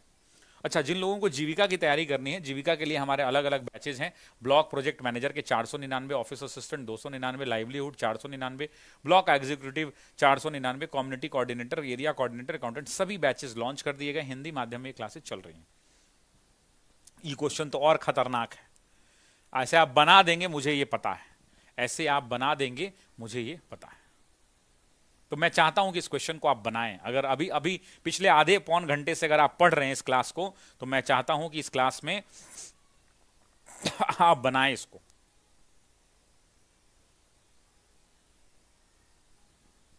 ठीक है, पढ़िए आराम से, एकदम हड़बड़ा के, एकदम आराम से, इत्मीनान से। निम्नलिखित में से कौन सा असत्य कथन है? अच्छा, जो लोग भी बीपीएससी की तैयारी कर रहे हैं उनको मैं एक बात बोलना चाहता हूं। क्या पता है, हमारा एक चैनल है IAS PCS by the officers academy. हम बस इतना ही आपको कहेंगे कि इस पर हमारी मेंस की क्लास शुरू हुई है, बीपीएससी मेंस का, वो भी फ्री में। आप एक बार ना जाके, कल तो मेरी क्लास भी होगी मेंस का, आप एक बार जाके इस चैनल को खोजिएगा और खोज के ना इसको देखिएगा, आपका जीवन बदल जाएगा। जो लोग 30-30 हज़ार 40-40 हज़ार रुपया फीस लेके जो पढ़ाते हैं ना अपने पेड बैच में, हम यूट्यूब पर पढ़ाए हैं। आज दूसरा दिन है, आज इसका दूसरा दिन, 2 दिन से चल रहा है। और अगर आपका आशीर्वाद रहेगा, आपका प्यार मोहब्बत रहेगा, तो इस पर हम पूरा मेंस फ्री में पढ़वा देंगे। तो इस पर क्लास शुरू हो गई है, आज दूसरा दिन था। चैनल का नाम है IAS PCS by the officers academy, ठीक है। अब देखिए क्या कह रहा है ये, ध्यान दीजिए। जनवरी 1915 में मोहनदास गांधी अपनी गृह भूमि को वापस आए, बिल्कुल सही बात है। 9 जनवरी, कितने जनवरी को आए थे जरा सभी लोग कमेंट करके बताइए। 9 जनवरी 1915। अच्छा, इस दिन क्या मनाते हैं? एकदम इजी करंट अफेयर का सवाल है, इजी करंट अफेयर। प्रवासी भारतीय दिवस मनाते हैं। क्या मनाते हैं जरा कमेंट करना। प्रवासी भारतीय दिवस मनाते हैं, प्रवासी भारतीय दिवस मनाते हैं।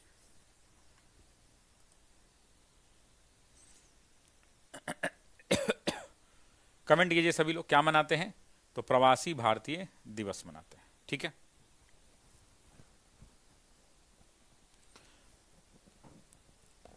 अब 2 मिनट रुक जाइएगा, बैटरी चेंज करना है। इसका आंसर करिए क्या होगा, तब तक आप लोग सभी लोग आंसर करिए कि क्या आंसर होगा।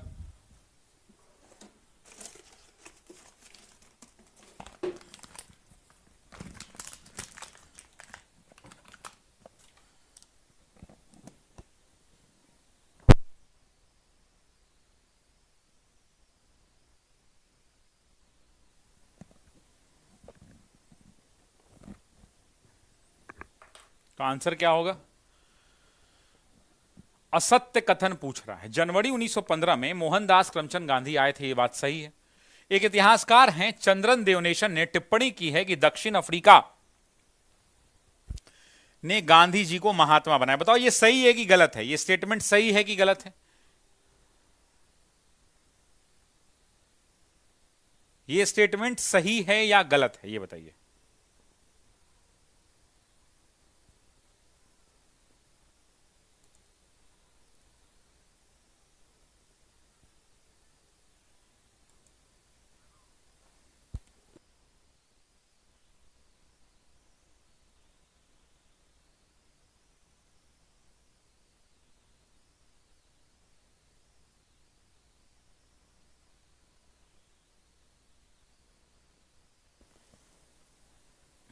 चलिए, अब ये सही है कि गलत है? अभी अभी बताया था ना पहले ही में। तो आज के बाद कोई बच्चा गलती नहीं करेगा, आज के बाद कोई बच्चा गलती नहीं करेगा और कोई बच्चे का गलती नहीं होना चाहिए आज के बाद,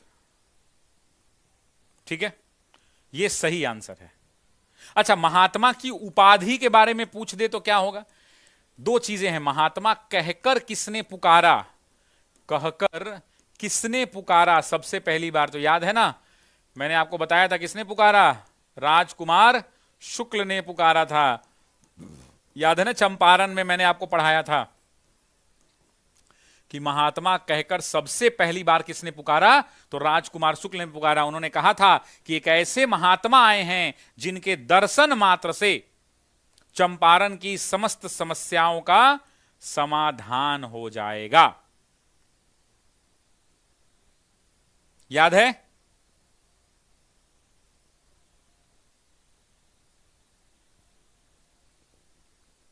यस। दूसरा, महात्मा के बारे में पूछे कि महात्मा की उपाधि सबसे पहले गांधी को किसने दी, तो आप क्या आंसर देंगे जरा बताना मुझे।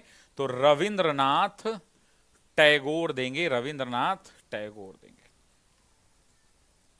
स्वदेशी आंदोलन ने कुछ प्रमुख नेताओं को जन्म दिया, जिनमें महाराष्ट्र के बाल गंगाधर तिलक, बंगाल के बिपिन चंद्र पाल और पंजाब के लाला लाजपत राय हैं। ये बात सही है। तो तीनों के तीनों सही है। तो कौन सा असत्य है? तो आंसर क्या हो जाएगा? डी ऑप्शन आंसर हो जाएगा, ठीक है। देख लीजिए, पेज नंबर 287 से बनाया गया है, चैप्टर नंबर 11 है और क्लास 12 है, ठीक है। मोहनदास करमचंद गांधी विदेश में 2 दशक रहने के बाद जनवरी 1915 में लौटे, ये पहला स्टेटमेंट है। यहां पे ये दूसरा स्टेटमेंट आपको दिख रहा होगा, इतिहासकार वाला, है ना। तो ये दोनों स्टेटमेंट वहां पे आपको क्लियरली विजिबल है। नेक्स्ट क्वेश्चन आइए। निम्नलिखित में, हाँ ये VVI क्वेश्चन है, एग्जाम में फंसाया था, याद है ना। ये क्वेश्चन देखिए, एक एक चीज एग्जाम में आया है, एनसीईआरटी वाला जो है एक एक चीज जो है एग्जाम में आया है। कोई बफरिंग तो नहीं हो रही है मेरे हिसाब से।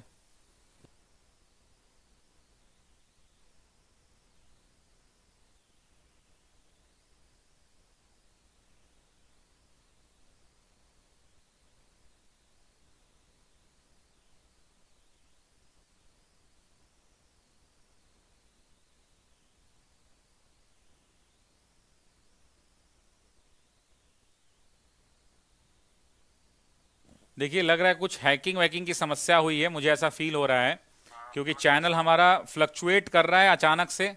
आप लोग भी देख रहे होंगे, और लॉग आउट हो गया है, सारे जगह से लॉग आउट हो गया है।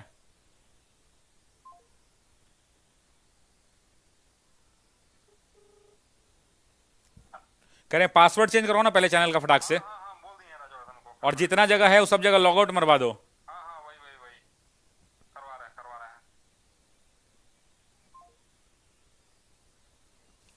एक मिनट रुक जाना भाई, आप आंसर करो सभी लोग।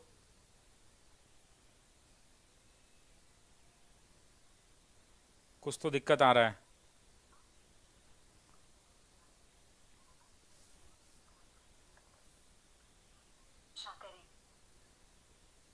हेलो, कुछ दिक्कत आ रहा है राजवर्धन चैनल में? हाँ सर, हो सकता है, थोड़ा सा भी आ रहा था सस्पिशियस एक्टिविटी वाला कुछ। अभी अचानक से ऊपर नीचे हो रहा है, फ्लक्चुएट कर रहा है बहुत। हाँ सर, वही अभी हम लोग चेंज कर रहे हैं सर, पासवर्ड सब जगह पे चेंज कर रहे हैं, लॉग आउट करके। लॉग आउट, मेरा लॉग आउट कर देना, एक वो खाली लॉगिन है मेरा, जहां पे लॉगिन है सिस्टम। सर फोन अभी लॉगिन रहने देंगे सर, अभी तो एग्जैक्ट पता नहीं चलेगा कौन सा फोन कहाँ पे है, मतलब वो लॉगिन सिस्टम कौन सा कहाँ का है। तो ठीक है, ठीक है सर। तो इस क्लास बंद नहीं ना होगा मेरा, नहीं नहीं, क्लास बंद नहीं होगा। जो लाइव चल रहा है? नहीं नहीं सर, लाइव में कोई दिक्कत नहीं आएगा। ठीक है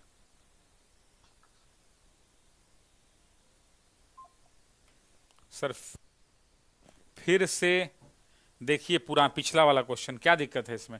कौन सा अतत्य है? तो इसमें से सब के सब सही हैं। पहला तो सही है, स्टेटमेंट सत्य है, दूसरा भी सत्य है, तीसरा भी सत्य है, तो हो जाएगा इनमें से कोई नहीं, आंसर हो जाएगा। ठीक तो है डी। निम्नलिखित में से कौन उदारवादियों के एक समूह में शामिल नहीं थे? भाई 2 मिनट ना थोड़ा बर्दाश्त कीजिएगा, कुछ दिक्कत आया यूट्यूब पे अचानक से।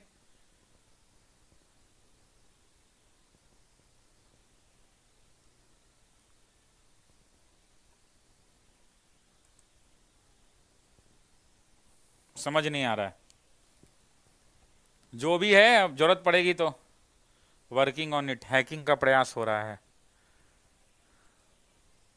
हैकिंग अटैक हुआ है। अच्छा, थोड़ा भाई पेशेंस रख लीजिएगा।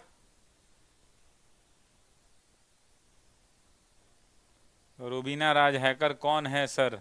निकालें जूता का, पता करो तुम लोग भी, खोजा जाए, है ना। नेक्स्ट, निम्नलिखित में से कौन उदारवादियों के एक समूह में शामिल नहीं थे? महात्मा गांधी, गोपाल कृष्ण गोखले, मोहम्मद अली जिन्ना, इनमें से कोई नहीं। आपसे पूछ रहा है कि कौन उदारवादियों के एक गुट में शामिल नहीं थे।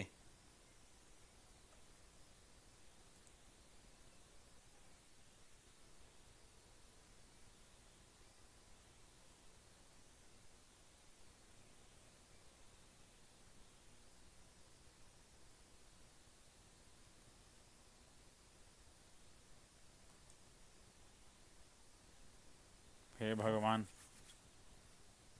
क्या बोला जाए। सुनिए, महात्मा गांधी तो थे, आपको ही पता है, उदारवादी। गोखले भी उदारवादी। दिक्कत कहां होगा बच्चा को एग्जाम में? मोहम्मद अली जिन्ना, क्योंकि जिन्ना का ऐसा तस्वीर सबके सामने है कि जिन्ना ने भारत और पाकिस्तान का बंटवारा कराया। सब लोग तो यही जानते हैं कि जिन्ना ने क्या करवाया, तो भारत का बंटवारा कराया, है ना, बंटवारा कराया। भारत शासन अधिनियम पॉलिटी में पढ़ लेना आप, 1935। नहीं सर, हैकिंग नहीं है ये, बहुत चैनल हुआ है ऐसे ही। अब जो भी है, हम लोग तो पहली बार देख रहे हैं, अब क्या करना है मेरे को नहीं पता है। देखिए, जिन्ना के बारे में ऐसा इतिहासकार बताते हैं कि जिन्ना भी उदारवादी विचारधारा के थे। आपको यह बात भी पता होना चाहिए कि मोहम्मद अली जिन्ना भी पेशे से क्या थे, जरा बताना। वकील थे। एक क्वेश्चन एग्जाम में हम हर बार पढ़ाते थे, इस बार पूछ दिया था कि मोहम्मद अली जिन्ना कहां के थे, तो गुजराती मूल के थे। कहां के थे? गुजराती मूल के। अच्छा अब देखना, गुजराती मूल का मतलब ये मत समझ लेना कि भारत वाला गुजरात। गुजराती मूल का मतलब, एक बार सभी लोग वीडियो को लाइक करो तो मैं देखना चाहता हूं, और एक बार जितने लोग अभी क्लास में हैं सभी लोग एक बार ना दिल दिल दिल दे दीजिए तो जरा कमेंट बॉक्स में।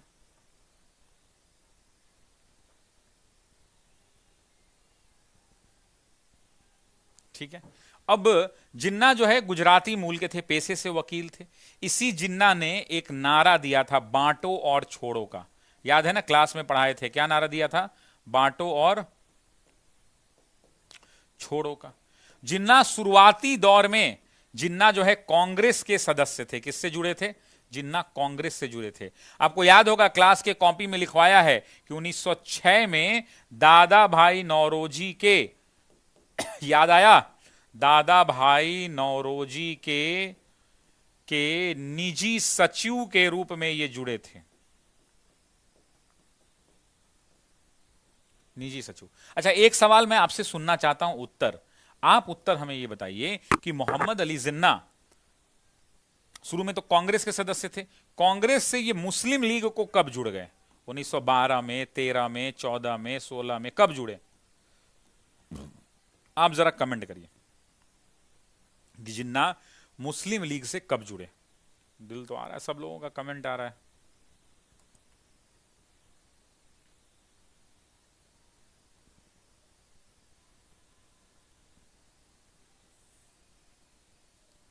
है ना?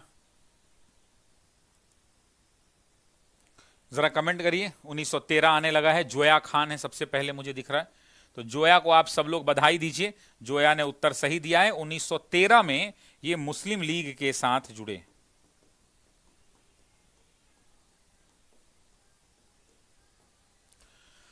पाकिस्तान की मांग भी इन्होंने ही प्रस्ताव दिया था, एग्जाम में पूछता है। 1940 में लाहौर अधिवेशन, जरा कहां सा अधिवेशन कहां हुआ था जरा बताना, तो लाहौर अधिवेशन 1940, और यहीं पर उन्होंने किसका प्रस्ताव दिया था? तो पाकिस्तान की मांग की थी, पाकिस्तान की मांग की थी। एक और सवाल पूछ लेता हूं, आप आसान क्वेश्चन है। मोहम्मद अली जिन्ना ने प्रत्यक्ष कार्यवाही दिवस मनाने का घोषणा किया था, मुझे जरा डेट बता दो, एग्जाम में भी आया है कि प्रत्यक्ष कार्यवाही दिवस जो है जिन्ना ने कब मनाया था?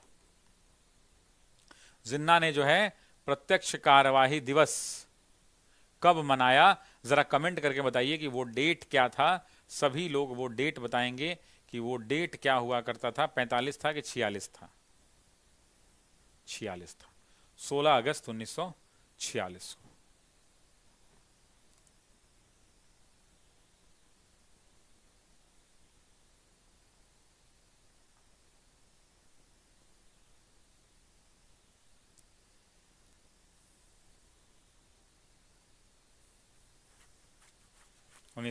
बिल्कुल, डेट भी लिखो ना, डेट भी लिखो सभी लोग, डेट लिखो। अब सुनिए, 16 अगस्त 1946। अब दो तीन बात और है जो मैं पूछना चाहता हूं, जब बात जिन्ना की निकली है तो। जिन्ना जो हैं ये वही व्यक्ति हैं, मोहम्मद अली जिन्ना, जिन्हें एक उपाधि दी थी महात्मा गांधी ने। जरा बताना कि महात्मा गांधी ने इन्हें कौन सी उपाधि दी थी? महात्मा गांधी ने उपाधि दी थी कौन सी, जरा कमेंट करके बताना, एग्जाम में पूछता है। देखना चाहता हूं कितने लोगों को आता है, जरा कमेंट करके बताइए कि किसने महात्मा गांधी ने क्या उपाधि दी थी जिन्ना को।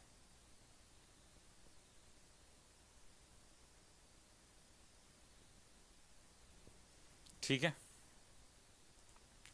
क्या उपाधि दी थी कमेंट करके बताइए। मॉडर्न की क्लास लगेगी, कोई एक विषय खत्म होने दीजिए तब, है ना। तो महात्मा गांधी ने कायदे आजम की उपाधि दी थी। क्या दिया था? कायदे आजम। कोई बताएंगे कि कायदे आजम का मतलब क्या होता है? कायदे आजम एग्जाम में पूछेगा कि कायदे आजम को उपाधि किसकी दी गई थी, तो जिन्ना को दिया गया था। और जिन्ना को किसने ये उपाधि दिया था? तो महात्मा गांधी ने ये उपाधि दिया था। मोहम्मद अली जिन्ना ने पाकिस्तान दिवस मनाया था, कोई बता सकता है कब मनाया था? क्या आप में से कोई कमेंट करके बता सकता है कि पाकिस्तान दिवस कब मनाया था? सभी लोग कमेंट कीजिए, क्लास में पढ़ाया आप लोगों को। सभी लोग बताइए। जब बात निकली तो पूरी होनी चाहिए ना भाई, जब बात निकली है तब तो पूरी होनी चाहिए। पाकिस्तान दिवस कब मनाया था जरा बताइए। पाकिस्तान दिवस, हालांकि ये सब तो हमको पढ़ाना नहीं चाहिए है ना, लेकिन क्या करिएगा, एग्जाम का क्वेश्चन है ये। 23 मार्च 1943 को, 23 मार्च 1943 को इन्होंने मनाया था पाकिस्तान दिवस। और नारा क्या दिया था, बांटो और छोड़ो। देखो ये आपकी क्लास में पढ़ाया है ना, जितने भी बैच वाले लोग हैं, कल आया था ना एग्जाम में, जो बीपीएससी 70वीं का एग्जाम हुआ था, तो 70वीं के एग्जाम में ये क्वेश्चन आया था ना, सभी लोगों को याद होगा, है ना, याद है ना सभी को, ये क्वेश्चन एग्जाम में आया था। ठीक है, अच्छा मैं आपसे पूछूं, एक सवाल पूछूं, बताओगे आप? टीआरई 2 का क्वेश्चन है, भारतीय सेवक मंडल की स्थापना किसने की थी? ए बी सी डी में से बताओ, भारतीय सेवक मंडल की स्थापना किसने की थी? देखता हूं कौन बता पाता है। एबीसीडी में से बताइए कि भारतीय सेवक मंडल की स्थापना किसने की थी और किस वर्ष की थी, वर्ष भी बताइए, वर्ष कौन था और संस्थापक कौन था। ये एग्जाम में आ चुका है, मैं ऐसे एक भी सवाल नहीं पूछता हूं बोर्ड पर जो सवाल नहीं आता है पेपर में। 1905 में हुआ था और किसने किया था, तो गोपाल कृष्ण गोखले ने किया था, गोखले।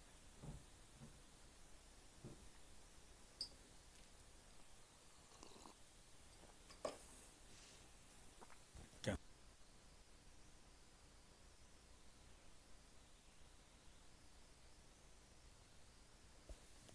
तो ये हो गया उत्तर। अच्छा एक बात और, गोखले की जब बात निकली तो एक बात और पूछ लेता हूं। गोखले की मृत्यु बड़ी इंपॉर्टेंट है, क्योंकि इनके मरने के बाद ही तिलक जो है कांग्रेस में शामिल हो पाएंगे। जरा बताइए कि गोखले की मृत्यु कब हुई, गोखले की मृत्यु कब हुई, वर्ष बताइए।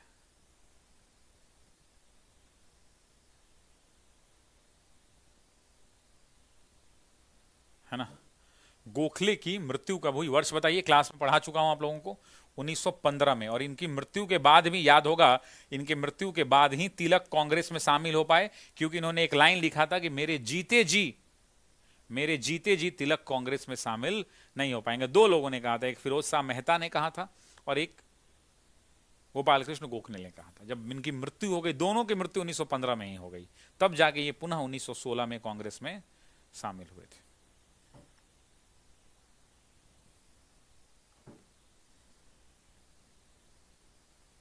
तब जाके ये पुनः कांग्रेस में शामिल हुए थे।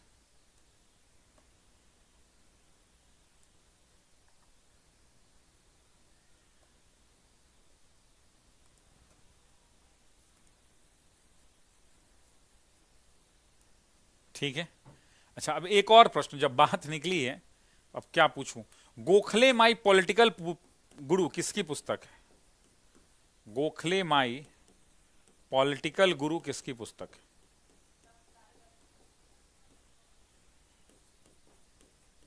गोखले माई पॉलिटिकल गुरु किसकी पुस्तक है? तो महात्मा गांधी की पुस्तक है, महात्मा गांधी की पुस्तक है गोखले माई पॉलिटिकल गुरु।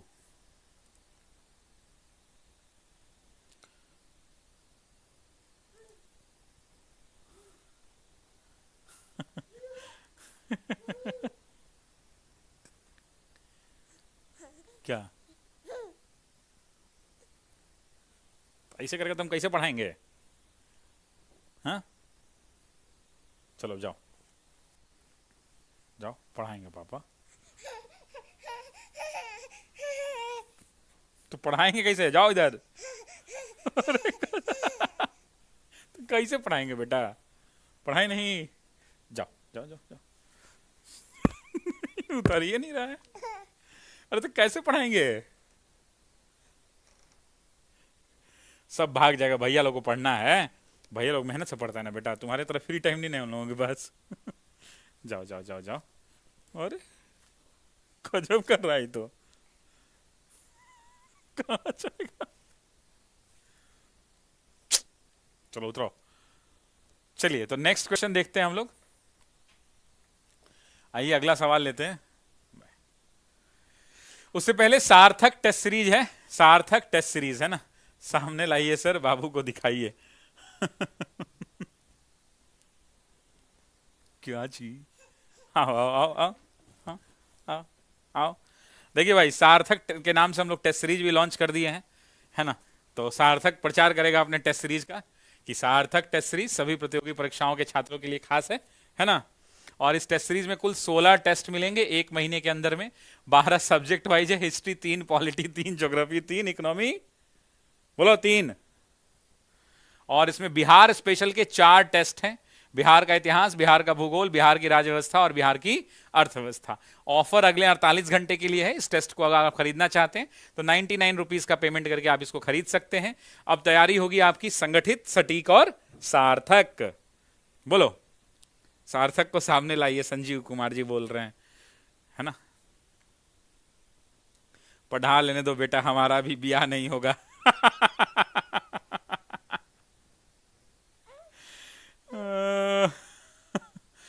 देखो, जोया खान कह रही है बेटा कि पढ़ा लेने दो, नहीं तो हमारा उसका ब्याह नहीं होगा ना।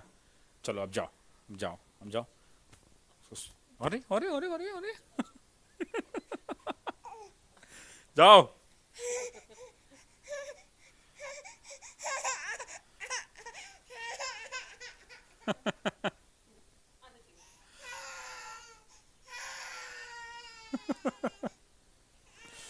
चलिए भाई, सॉरी फॉर द डिस्टरबेंस, है ना। सॉरी इसके लिए, सॉरी फॉर दिस, है ना, डिस्टरबेंस के लिए। रोने लग रहा है। बच्चा जैसे जैसे बड़ा होगा ना, ये हम लोग को परेशान करते रहेगा, है कि नहीं। जोया खान, तुम चिंता मत करो, तुम्हारा ब्याह हो जाएगा। हम ढूंढ देंगे लड़का तुम्हारे लिए, है ना।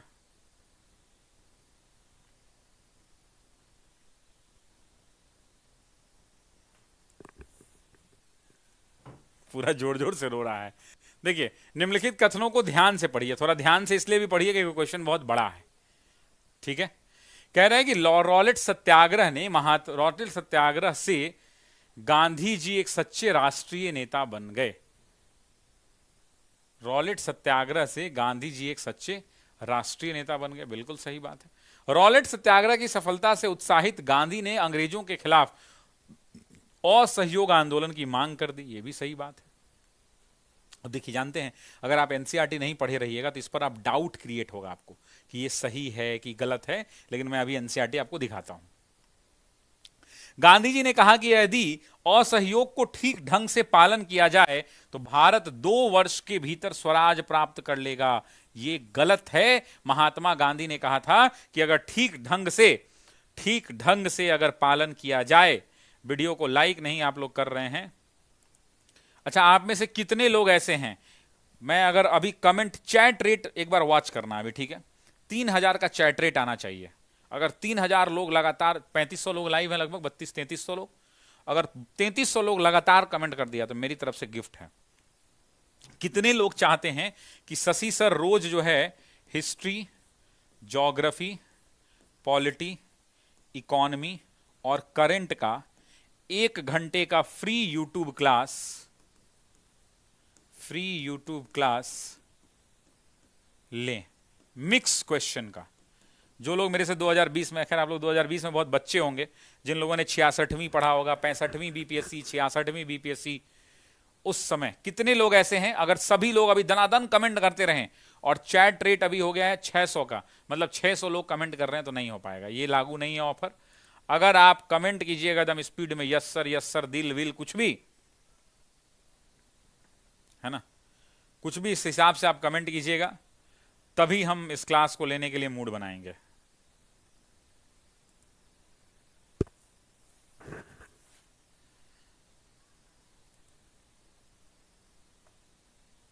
कमेंट रेट आना चाहिए, चैट रेट आना चाहिए।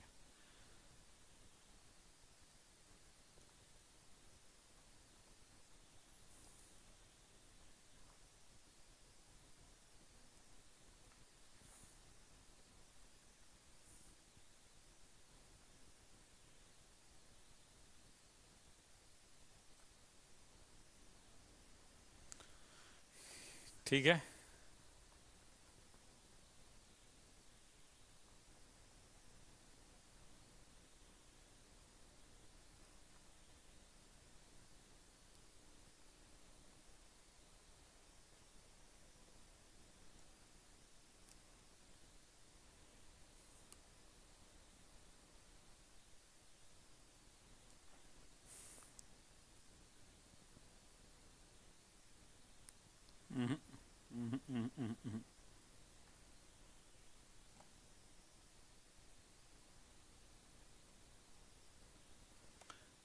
सनकी जी इसलिए यूट्यूब पर पूरा नहीं करते हैं, सब यूट्यूब पे ही पूरा हो जाएगा तो कैसे काम चलेगा ये बताइए। अगर आपके पापा रोज ऑफिस जाएं और महीनवा दिन कुछ कमा के नहीं लाएं तो आपका घर का खर्च कैसे चलेगा ये बताइए।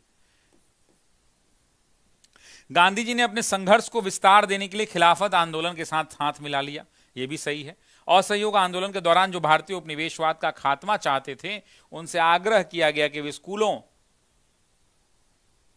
कॉलेजों और न्यायालय का न जाएं और कर न चुलाएं। भाई असहयोग आंदोलन के बाद भारतीय उपनिवेशवाद थोड़ी, ब्रिटिश उपनिवेशवाद।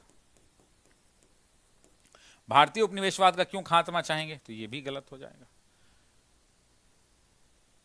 तो आपसे पूछ रहा है कि कौन उपयुक्त में से असत्य कथन कौन सा है। असत्य हो गया आपका 3 और 5।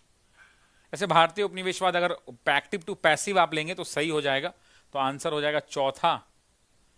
तीसरा गलत है एक। अब देखिए यहां पर रॉलेट सत्याग्रह से ही गांधी जी एक सच्चे राष्ट्रीय नेता बन गए, ये पहला स्टेटमेंट है आपका। इसकी सफलता से उत्साहित होकर गांधी जी ने अंग्रेजी शासन के खिलाफ असहयोग अभियान की मांग कर दी, यह आपका दूसरा स्टेटमेंट है। जो भारतीय उपनिवेशवाद का खात्मा करना चाहते थे उनसे आग्रह किया कि वे स्कूलों, कॉलेज और न्यायालय न जाएं तथा कर न चुकाएं, यह आपका 5वां स्टेटमेंट है। संक्षेप में सभी अंग्रेजी सरकार के साथ एक्सिस संबंधों का परित्याग का पालन करने को कहा गया। गांधी जी ने कहा कि यदि असहयोग का ठीक ढंग से पालन किया जाए तो भारत 1 वर्ष, देखिए है ना यहां पर 1 वर्ष, यही बात तो मैंने यहां पे चेंज कराया आपको, यहां पे लिख दिया था 2 वर्ष, 1 वर्ष होगा, है ना, 1 वर्ष होगा, इस बात को ध्यान दीजिएगा। खिलाफत वाला जो है वो 4 नंबर स्टेटमेंट है। तो ये आपका हो गया संक्षेप में, भारत में 1 वर्ष के भीतर स्वराज प्राप्त कर लेगा, यह तीसरा स्टेटमेंट है। अपने संघर्ष का और विस्तार करते हुए उन्होंने खिलाफत आंदोलन के साथ हाथ मिला लिया, जो तुर्की शासन कमाल अतातुर्क द्वारा समाप्त किए गए सर्व इस्लामाबाद के प्रतीक खलीफा की पुनर्स्थापना की मांग कर रहा था, यह चौथा स्टेटमेंट है। तो ऐसे ये पेज नंबर 290 जो है क्लास 12 की जो एनसीईआरटी है चैप्टर 11 से बनाया गया है, इस प्रश्न का ये उत्तर। ये रॉलेट, अभी तक आपने रॉलेट एक्ट जो भी हम आपको पढ़ाए होंगे कि ये काला कानून, ध्यान दीजिए मैं कहना क्या चाहता हूं।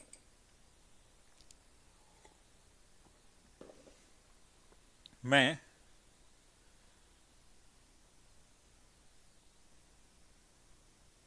टाइम किल नहीं हो रहा अमित भाई, टाइम इसलिए किल नहीं हो रहा ना क्योंकि इसमें ना समझाना पड़ेगा। ये क्लास 12 की एनसीईआरटी है, ये आईएएस वाले लोगों को पढ़ना होता है। हम इसलिए पढ़ा रहे हैं अमित भाई क्योंकि मेरा मन कर रहा है, हम बिहार के बच्चों से मोहब्बत करते हैं, है ना, मेरा मन कर रहा है एनसीईआरटी क्लास 12 फ्री में यूट्यूब पर पढ़ाने का। हम ये नहीं करेंगे पूरा पढ़ा देंगे, लेकिन जितना होगा उतना पढ़ाएंगे, जितना मन करेगा उतना पढ़ाएंगे, है ना, इसलिए टाइम लगेगा इसमें। देखिए हम आपको वो नहीं कहना चाहते, हम आपसे कहना चाहते हैं, सरस्वती मैया की कसम है आपको सच सच बताना है। आज तक आपने मेरे चैनल पर हमसे या यूट्यूब पर किसी भी टीचर से, यूट्यूब पर किसी भी टीचर से रॉलेट एक्ट पढ़ा तो हम लोग यही बताते हैं रॉलेट एक्ट है, इसका ओरिजिनल नाम है the anarchical and the crime regulating act. इसको जो है 1919 में सर सिडनी रॉलेट की अध्यक्षता में इस एक्ट को पारित किया गया। 1919 में ये लॉ एक्ट कानून बना।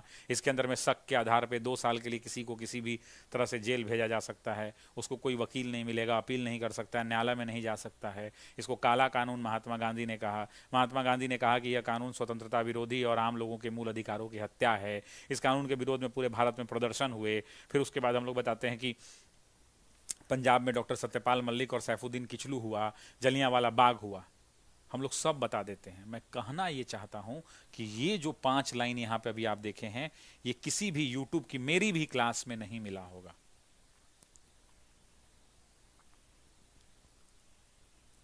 इसलिए नहीं मिला होगा क्योंकि कोई आज तक, हम कोई का नहीं, हम भी अपने आप के बारे में भी कह रहे हैं कि हम भी जब यूट्यूब पर पढ़ाते हैं, तो हम आपसे ये कभी नहीं कहे होंगे कि रॉलेट सत्याग्रह से गांधी जी एक सच्चे राष्ट्रीय नेता बन गए। लेकिन एनसीईआरटी यही कहता है, और एनसीईआरटी में अगर आ जाएगा तो समस्या बढ़ जाएगी।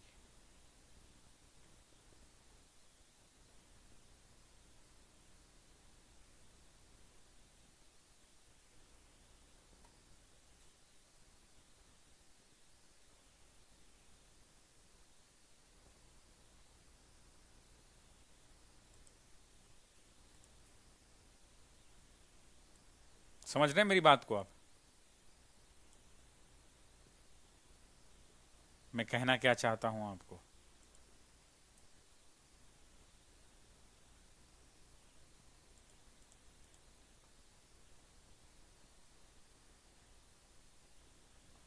तो मैं अपने आप को भी कह रहा हूं कि ये कभी मैंने नहीं बोला होगा कि रॉलेट सत्याग्रह की सफलता से उत्साहित गांधी जी ने अंग्रेजों के खिलाफ असहयोग का मांग कर दिया। अरे कोई नहीं बताता इंडिया में यार, ये वाला बोला होगा, ये स्टेटमेंट, ये वाला स्टेटमेंट नहीं बोला होगा किसी ने। तो यही इसकी उपयोगिता है, यही एनसीईआरटी का जो है वजूद है।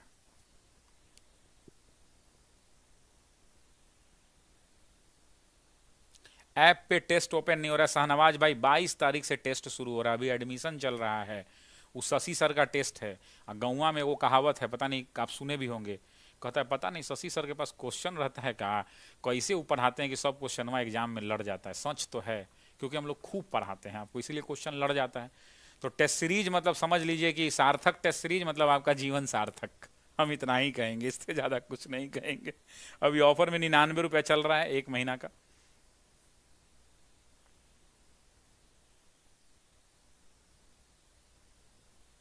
अब सुनिए एक और बात जो मैं आपसे यहां कहना चाहता हूं, एक और बात।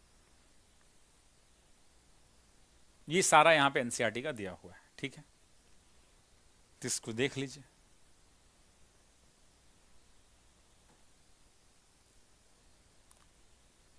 दरोगा बाबू, हम नहीं समझेंगे तो कौन समझेगा? हम ही तो आज आंदोलन हो रहा था तो बाहर निकल के खड़ा हो गया, उतना देर में जाम लग गया, फिर हम बोले भाई तुम लोग जाओ, आंदोलन में जा रहे हो, हमारा पास मत फोटो फाटो करो, तुम लोग जाओ, है ना। क्लास खत्म नहीं करेंगे, अभी पढ़ाएंगे हम और थोड़ा देर। खिलाफत आंदोलन की निम्नलिखित में से कौन सी मांगे थीं? कह रहे हैं खिलाफत आंदोलन की कौन सी मांगे थीं? तो पहले के ऑटोमन साम्राज्य के सभी इस्लामिक पवित्र स्थानों पर तुर्की सुल्तान का नियंत्रण बना रहा। अब देखिए, हम लोग जब खिलाफत नॉर्मली पढ़ाते हैं, जब क्लास 12 की एनसीईआरटी नहीं होता है, ध्यान से सुनिएगा। जब मेरी तीनों बहनें आपसे पढ़कर शिक्षक बन गई हैं, थैंक यू सो मच, ऐसे बहुत सारे लोग हैं। एक परिवार में 6 लोग हैं, अमनौर है वो जगह है, तो उस परिवार में 6 गो 5 गो बेटी है, वो बेटा टीचर बन गया। मुस्लिम थे, नाम मुझे याद नहीं, उनका कपड़ा का दुकान है अमनौर बाजार में। कोई लोग अमनौर के होंगे तो बाजार में कपड़ा का दुकान है, उनसे पूछिएगा। मैं ये कह रहा था आपसे कि हम लोग जब खिलाफत पढ़ाते हैं, ये क्लास क्यों अलग है? हम लोग जब खिलाफत पढ़ाते हैं तो खिलाफत में हम लोग बताते हैं खिलाफत आंदोलन हुआ, इसका भारत से कोई लेना देना नहीं था। भारत में अली बंधुओं ने, मौलाना मोहम्मद अली, मौलाना शौकत अली ने खिलाफत आंदोलन चलाया। गांधी जी ने खिलाफत, अखिल भारतीय खिलाफत समिति की बैठक की, दिल्ली में बैठक हुई, तय हुआ असहयोग में इसको मर्ज कर दिया जाएगा, असहयोग में मर्ज हो गया, खिलाफत आंदोलन ऐसे चला। ये हम लोग पढ़ाते हैं, कोई भी टीचर क्लास में पढ़ाता है। ठीक है पवन भाई, करवा देते हैं, 2 क्लास करवा देते हैं, ठीक है।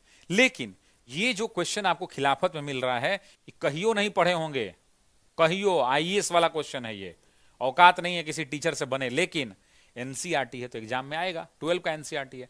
पहले के ऑटोमन साम्राज्य के सभी इस्लामिक पवित्र स्थानों पर तुर्की सुल्तान का नियंत्रण बना रहे। ये कौन सी मांगे थी? ये मांग था उनका जजीरात उल अरब, अरब, सीरिया, इराक, फिलिस्तीन इस्लामी संप्रभुता के अधीन रहे।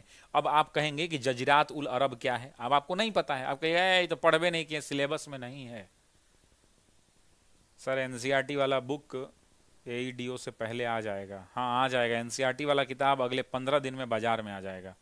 हम किताब का प्रचार नहीं कर रहे हैं, अपने से एनसीईआरटी पढ़िएगा तो नहीं समझ में आएगा। अब सुनिए, ये जजीरात उल अरब जो है ना, जब आप एनसीईआरटी पढ़िएगा तो एगो बक्से से, एनसीईआरटी का ये किताब है मान लीजिए, तो यहाँ एगो बक्सा बना हुआ है ऐसे लंबा, उसमें लिखा हुआ है जजीरात उल अरब। हमने उसको भी नहीं छोड़ा है, वहां से भी क्वेश्चन बना दिया।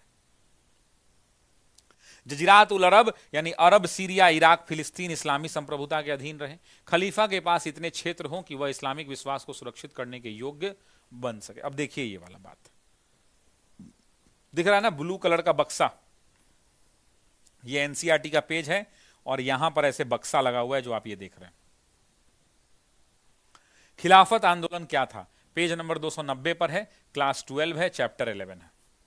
खिलाफत आंदोलन 1919 से 1920, कई बार तो एग्जाम में हम लोग 1919 से कहते हैं कि शुरू हुआ और 1923 तक तो खलीफा वाला मामला रहता है, तो हम लोग 1923 तक ले जाते हैं या 24 तक ले जाते हैं, लेकिन गलत है। एग्जाम में 1919 और 20 से लेना है, ये बताता है एनसीईआरटी। खिलाफत आंदोलन मोहम्मद अली और शौकत अली के नेतृत्व में भारतीय मुसलमानों का एक आंदोलन था। यह आंदोलन की निम्नलिखित मांगे थी। देखिए कितना अच्छी बात है। पहला मांग, पहले के ऑटोमन साम्राज्य के सभी इस्लामी पवित्र स्थानों पर तुर्की सुल्तान अथवा खलीफा का नियंत्रण बना रहे, यह पहली मांग है। अब देखिए यहां पर, यह पहली मांग हमने यहां पे लिख दिया है, पहली मांग। जजीरात उल अरब, कोई नहीं सुना होगा। जजीरात उल अरब का मतलब हो गया अरब, सीरिया, इराक, फिलिस्तीन, इस्लामिक संप्रभुता के अधीन। अरब, सीरिया, इराक, फिलिस्तीन, देखिए अरब, सीरिया, इराक, फिलिस्तीन इस्लामी संप्रभुता के अधीन रहें, यह भी सही स्टेटमेंट हो गया। तथा खलीफा के पास इतना क्षेत्र हो कि वो इस्लामी विश्वास को सुरक्षित करने के योग्य बन सकें, यह तीसरा स्टेटमेंट हो गया। अब चौथा देखिए क्या कह रहा है। कांग्रेस ने इस आंदोलन का समर्थन किया और गांधी जी ने इसे असहयोग आंदोलन के साथ मिलाने की कोशिश की, और तब जाकर हम आप लोग पढ़ते हैं तो हम लोग कहते हैं कि अखिल भारतीय खिलाफत तब आता है कि अखिल भारतीय खिलाफत समिति, अखिल भारतीय खिलाफत समिति की बैठक हुई और इसकी अध्यक्षता, ये बैठक एग्जाम में पूछता है कहां हुई, तो जरा बताना सभी लोग। दिल्ली में हुई। और पूछता है इसके अध्यक्ष कौन बने, तो महात्मा गांधी ने इसकी अध्यक्षता की, महात्मा गांधी ने। अच्छा, मेरे मन में ना एक चीज है, मैं चैलेंजर क्वेश्चन पूछना चाहता हूं। कितने लोग तैयार हैं चैलेंजर क्वेश्चन के लिए? आपको ना कमेंट बॉक्स में आंसर बताना है। पहला challenger question, Annie Besant Congress की अध्यक्ष किस साल बनी थी? जल्दी बताइए, जल्दी। दूसरा क्वेश्चन, दिल्ली चलो का नारा किसने दिया था? तीसरा क्वेश्चन, तिलक स्वराज कोष का फंड कितने रुपए का था? जल्दी उत्तर कीजिए, देखते हैं किसका सही होता है। चौथा क्वेश्चन, साइमन कमीशन में कितने सदस्य थे?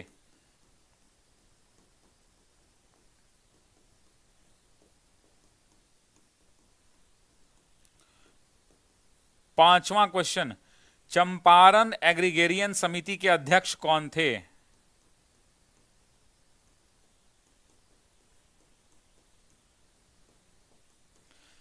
जो चंपारण में एग्रीगेरियन कमेटी बनाई गई उसके अध्यक्ष कौन थे?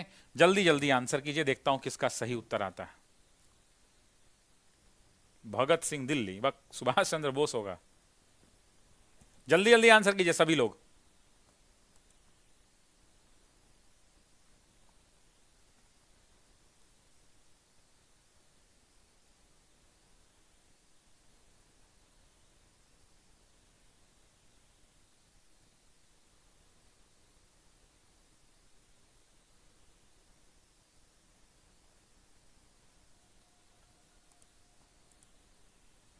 जल्दी, आंसर नहीं आ रहा है।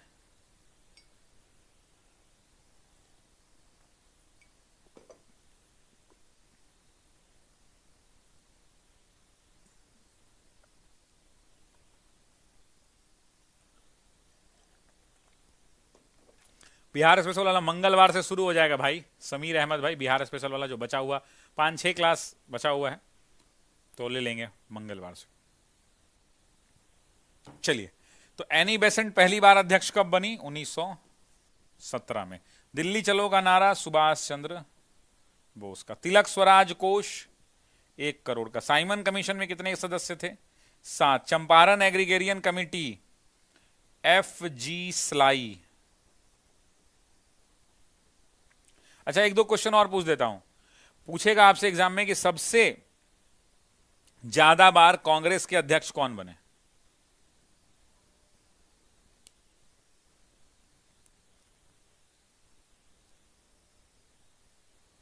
सबसे ज्यादा बार कांग्रेस के अध्यक्ष कौन बने?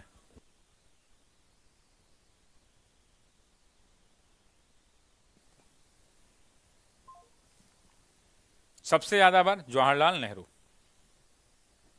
जीविका का block project manager, office assistant, livelihood का बैच लॉन्च कर दिया गया है। और साथ ही साथ आप जानते हैं कि बीपीएससी टीआरई के बैचेस जो हैं हमारे वो भी लॉन्च्ड हैं। तो टीआरई के बैच भी आप परचेस कर सकते हैं, 1 to 5 का, 6 to 8 का, 9, 10 का और 11, 12 का, है ना। बहुत सारे में क्लासेस। अब नया बैच नहीं लाएंगे, इसलिए नया बैच नहीं लाएंगे क्योंकि अब संभव नहीं है। आप इस बैच के साथ कंप्लीट करें और इस बैच में सब कुछ है, अपने अनुसार पढ़ें, है ना। ये वाला क्वेश्चन तो और खतरनाक है। ये क्वेश्चन तो बढ़िया बढ़िया बच्चा से बनेगा नहीं, क्योंकि ये क्लास 12 की एनसीईआरटी है।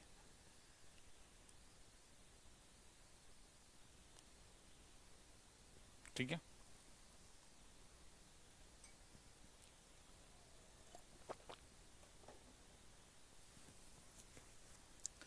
नहीं, जवाहरलाल नेहरू कितनी सबसे ज्यादा बार अध्यक्ष का बात होता है तो जवाहरलाल नेहरू, सबसे लंबी अवधि तक मौलाना अबुल कलाम आजाद हैं। ठीक है। निम्नलिखित कथनों में कौन गांधी जी के लिए असत्य है? पूछ रहा है कि गांधी जी के लिए असत्य कथन कौन सा है। तो गांधी जी लोगों के बीच एक साधारण धोती में जाते थे और प्रत्येक दिन कुछ हिस्सा वह चरखा चलाने में बिताते थे। अब आप कहेंगे सर क्या बेतुका बात है। मेरे भाई ये बेतुका नहीं है।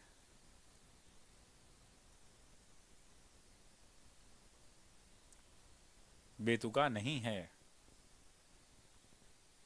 इसलिए नहीं है कि जब आप क्लास 12 की एनसीईआरटी पढ़ेंगे ना, क्लास 12 की एनसीईआरटी,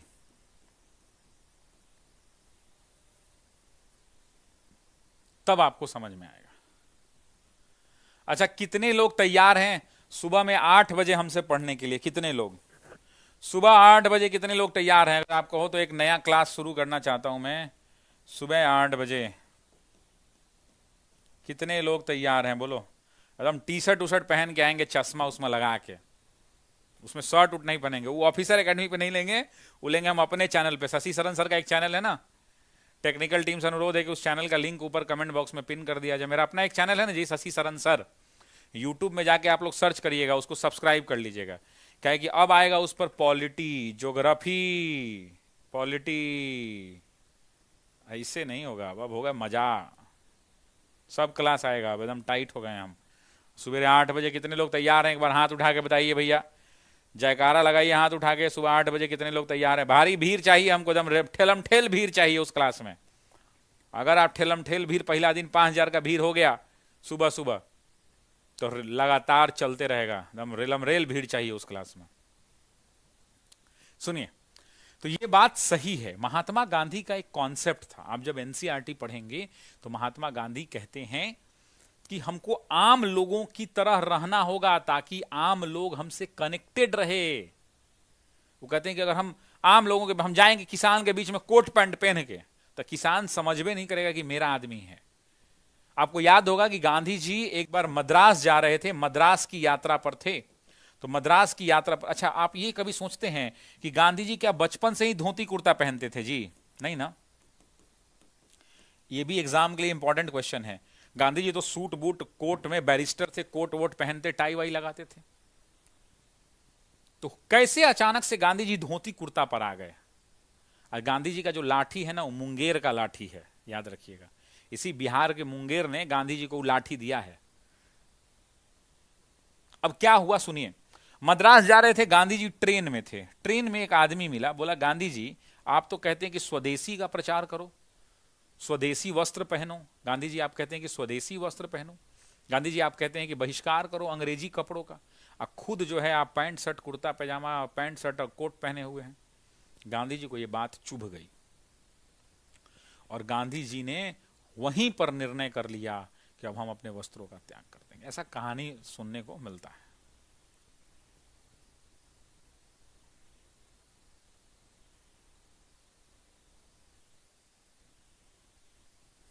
ठीक है।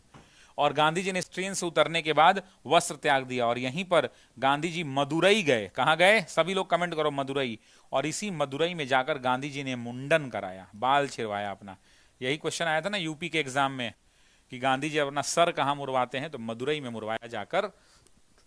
इसी घटना के बाद और मदुरई में सर मुड़वाने के बाद महात्मा गांधी ने वस्त्रों का त्याग करके धोती कुर्ता आजमा लिया।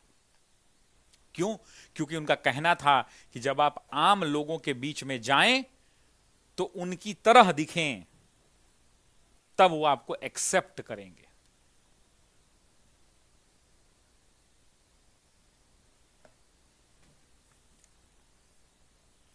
भोला प्रसाद ने लाठी दिया था मेरे भाई, भोला बाबू ने उनको लाठी दिया था, जो गांधी जी लाठी लेके चलते हैं ना, वो लाठी भोला बाबू ने दिया था।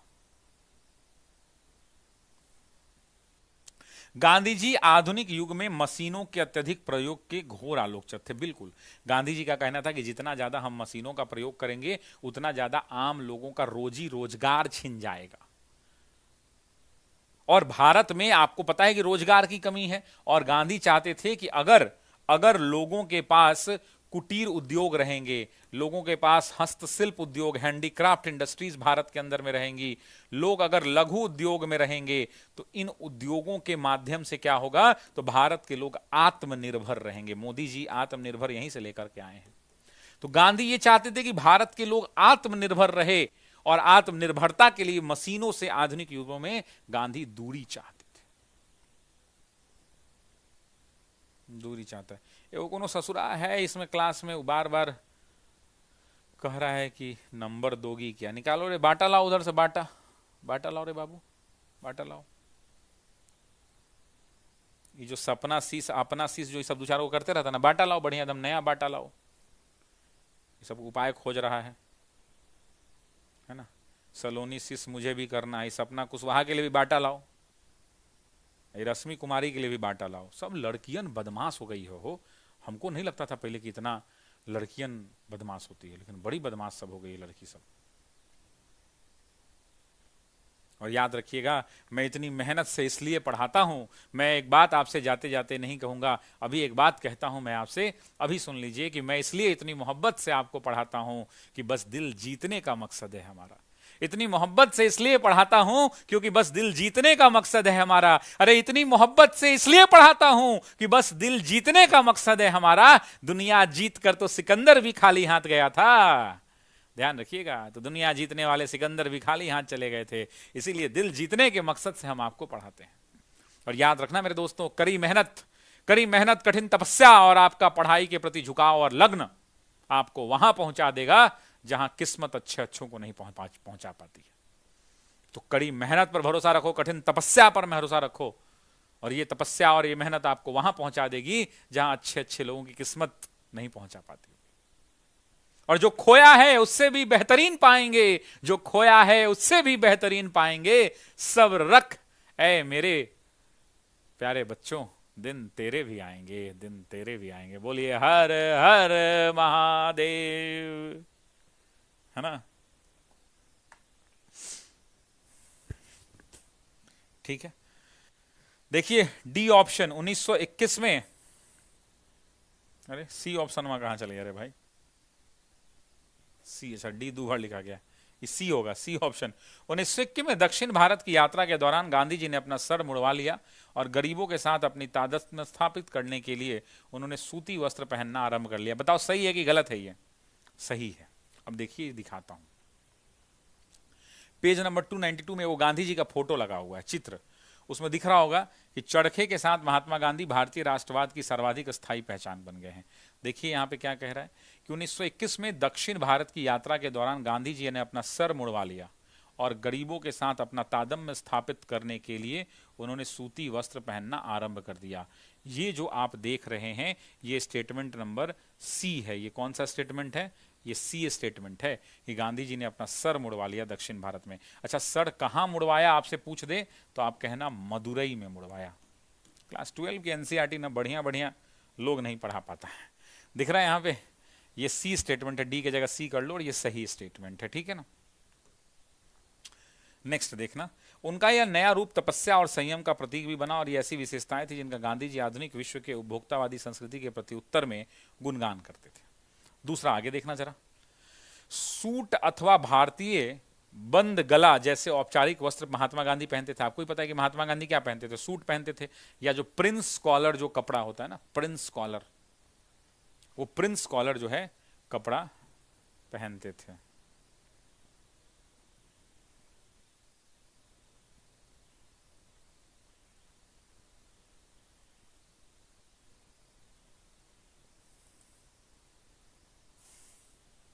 सर बुक कब आएगा? देखिए बुक अभी पहली बार में ना 25,000 ही छप रहा है, तो जल्दी जल्दी ऑर्डर कर लीजिएगा आप लोग, 15 दिन में बुक आ जाएगा, नहीं तो हम कुछ नहीं कर पाएंगे, आउट ऑफ स्टॉक हो जाएगा।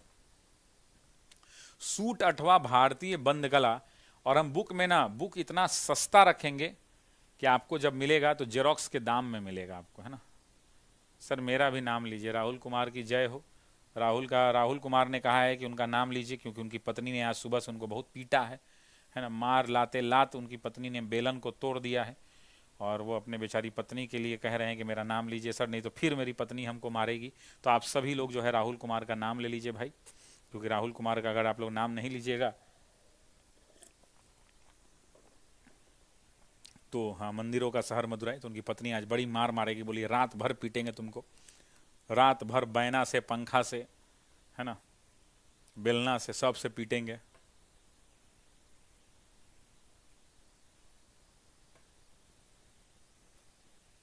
सुबह वाला क्लास किस दिन से चलेगा? जल्द चलेगा। देखिए महात्मा गांधी सूट अथवा भारतीय बंद गला जैसे औपचारिक वस्त्र पहनते थे, वहीं गांधी जी लोगों के बीच एक साधारण धोती में जाते थे। इस बीच प्रत्येक दिन का कुछ हिस्सा वो चरखा चलाने में बिताते थे। अन्य राष्ट्रवादियों ने भी उन्होंने ऐसा करने के लिए प्रोत्साहित किया। सूत कटाई के कारण न केवल गांधी जी को पारंपरिक जाति व्यवस्था में प्रचलित मानसिक श्रम और शारीरिक श्रम की दीवार को तोड़ने में मदद की है, इस बात को ध्यान रखिएगा, ठीक है। तो इस प्रश्न का जो उत्तर हो जाएगा वो क्या हो जाएगा? असत्य है तो आंसर हो जाएगा डी ऑप्शन। करेक्ट आंसर क्या हो जाएगा दोस्तों? तो answer will be D option, ठीक है जी। ये आपके बैचेस हैं, जिन बैचेस को आप TRE 4 में परचेस कर सकते हैं। ये आपके बैचेस हैं जो जीविका में, और मेरा ये एक मानना है कि आप लोग जितने भी बच्चे हैं, कोई भी आदमी इस एग्ज़ाम को मत छोड़िएगा, और सार्थक टेस्ट सीरीज को आप जरूर ज्वाइन कर लीजिएगा। ये टेस्ट सीरीज 22 तारीख से शुरू हो रहा है, इसलिए ऐप में आपको नहीं दिख रहा होगा, 22 सितंबर से, और ये पूरे टेस्ट का डिस्कशन मैं करवाऊंगा ऐप पर, डिस्कशन ऐप पर होगा और इसका डिस्कशन मैं करवाऊंगा, ठीक है। इसमें बिहार स्पेशल का भी टेस्ट है 4 गो, बिहार का इतिहास, बिहार का भूगोल, बिहार की राज्य व्यवस्था, बिहार की अर्थव्यवस्था, history 3, polity 3, geography 3, economy 3, total 16 गो टेस्ट है। एक गो टेस्ट 6 रुपया का पड़ेगा। 6 रुपया में आप शशि सर से डिस्कशन सुन पाएंगे, आज के युग में बहुत बड़ी बात है। अभी फिलहाल के लिए 99 रुपये का ये ऑफर है। आप इस बैच को अगर आप खरीदना चाहते हैं तो आप खरीद सकते हैं, ठीक है। बाकी आप इस क्लास में जुड़े उसके लिए आपका बहुत बहुत शुक्रिया। BPSC AEDO का बैच आ गया। मैं बस एक चीज़ चाहता हूँ कि आज जो ये मैंने सभी लोगों से एक निवेदन है हाथ जोड़ के, कि आज जो मैंने ये क्लास 12 की NCERT की क्लास ली है, इस क्लास के बारे में आप क्या सोचते हैं? जब ये क्लास ख़त्म हो जाएगा ना, तो कमेंट बॉक्स में आके कमेंट जरूर लिखिएगा। आज रात को मैं कमेंट पढ़ के सोऊंगा, और आपका जैसे मैसेज आएगा उसी हिसाब से मैं आगे की क्लासेज अगर आपको चाहिए और तो ऐसी क्लासेज और कल लेकर के हम आपके सामने उपस्थित होंगे। कल भी आपकी क्लास मेरी होगी। अगर आपको ये क्लास अच्छा लगा हो तो कमेंट करके बताइएगा, अभी मत कमेंट कीजिएगा। जब ये वीडियो ख़त्म हो जाएगा अगले 1 मिनट के बाद, तब जाकर वीडियो को बंद कर दीजिएगा, फिर से दोबारा चैनल पर जाइएगा, खोलिएगा और तब कमेंट कीजिएगा, ताकि आपका कमेंट बाद में रहे और मैं उस कमेंट को पढ़ पाऊँ। उम्मीद करता हूँ आज की क्लास में आपको बहुत कुछ सोचने को मिला होगा, सीखने को मिला होगा। इस वीडियो में जुड़ने के लिए आप तमाम साथियों का दिल की गहराइयों से बहुत बहुत शुक्रिया, बहुत बहुत धन्यवाद, बहुत बहुत नमस्कार।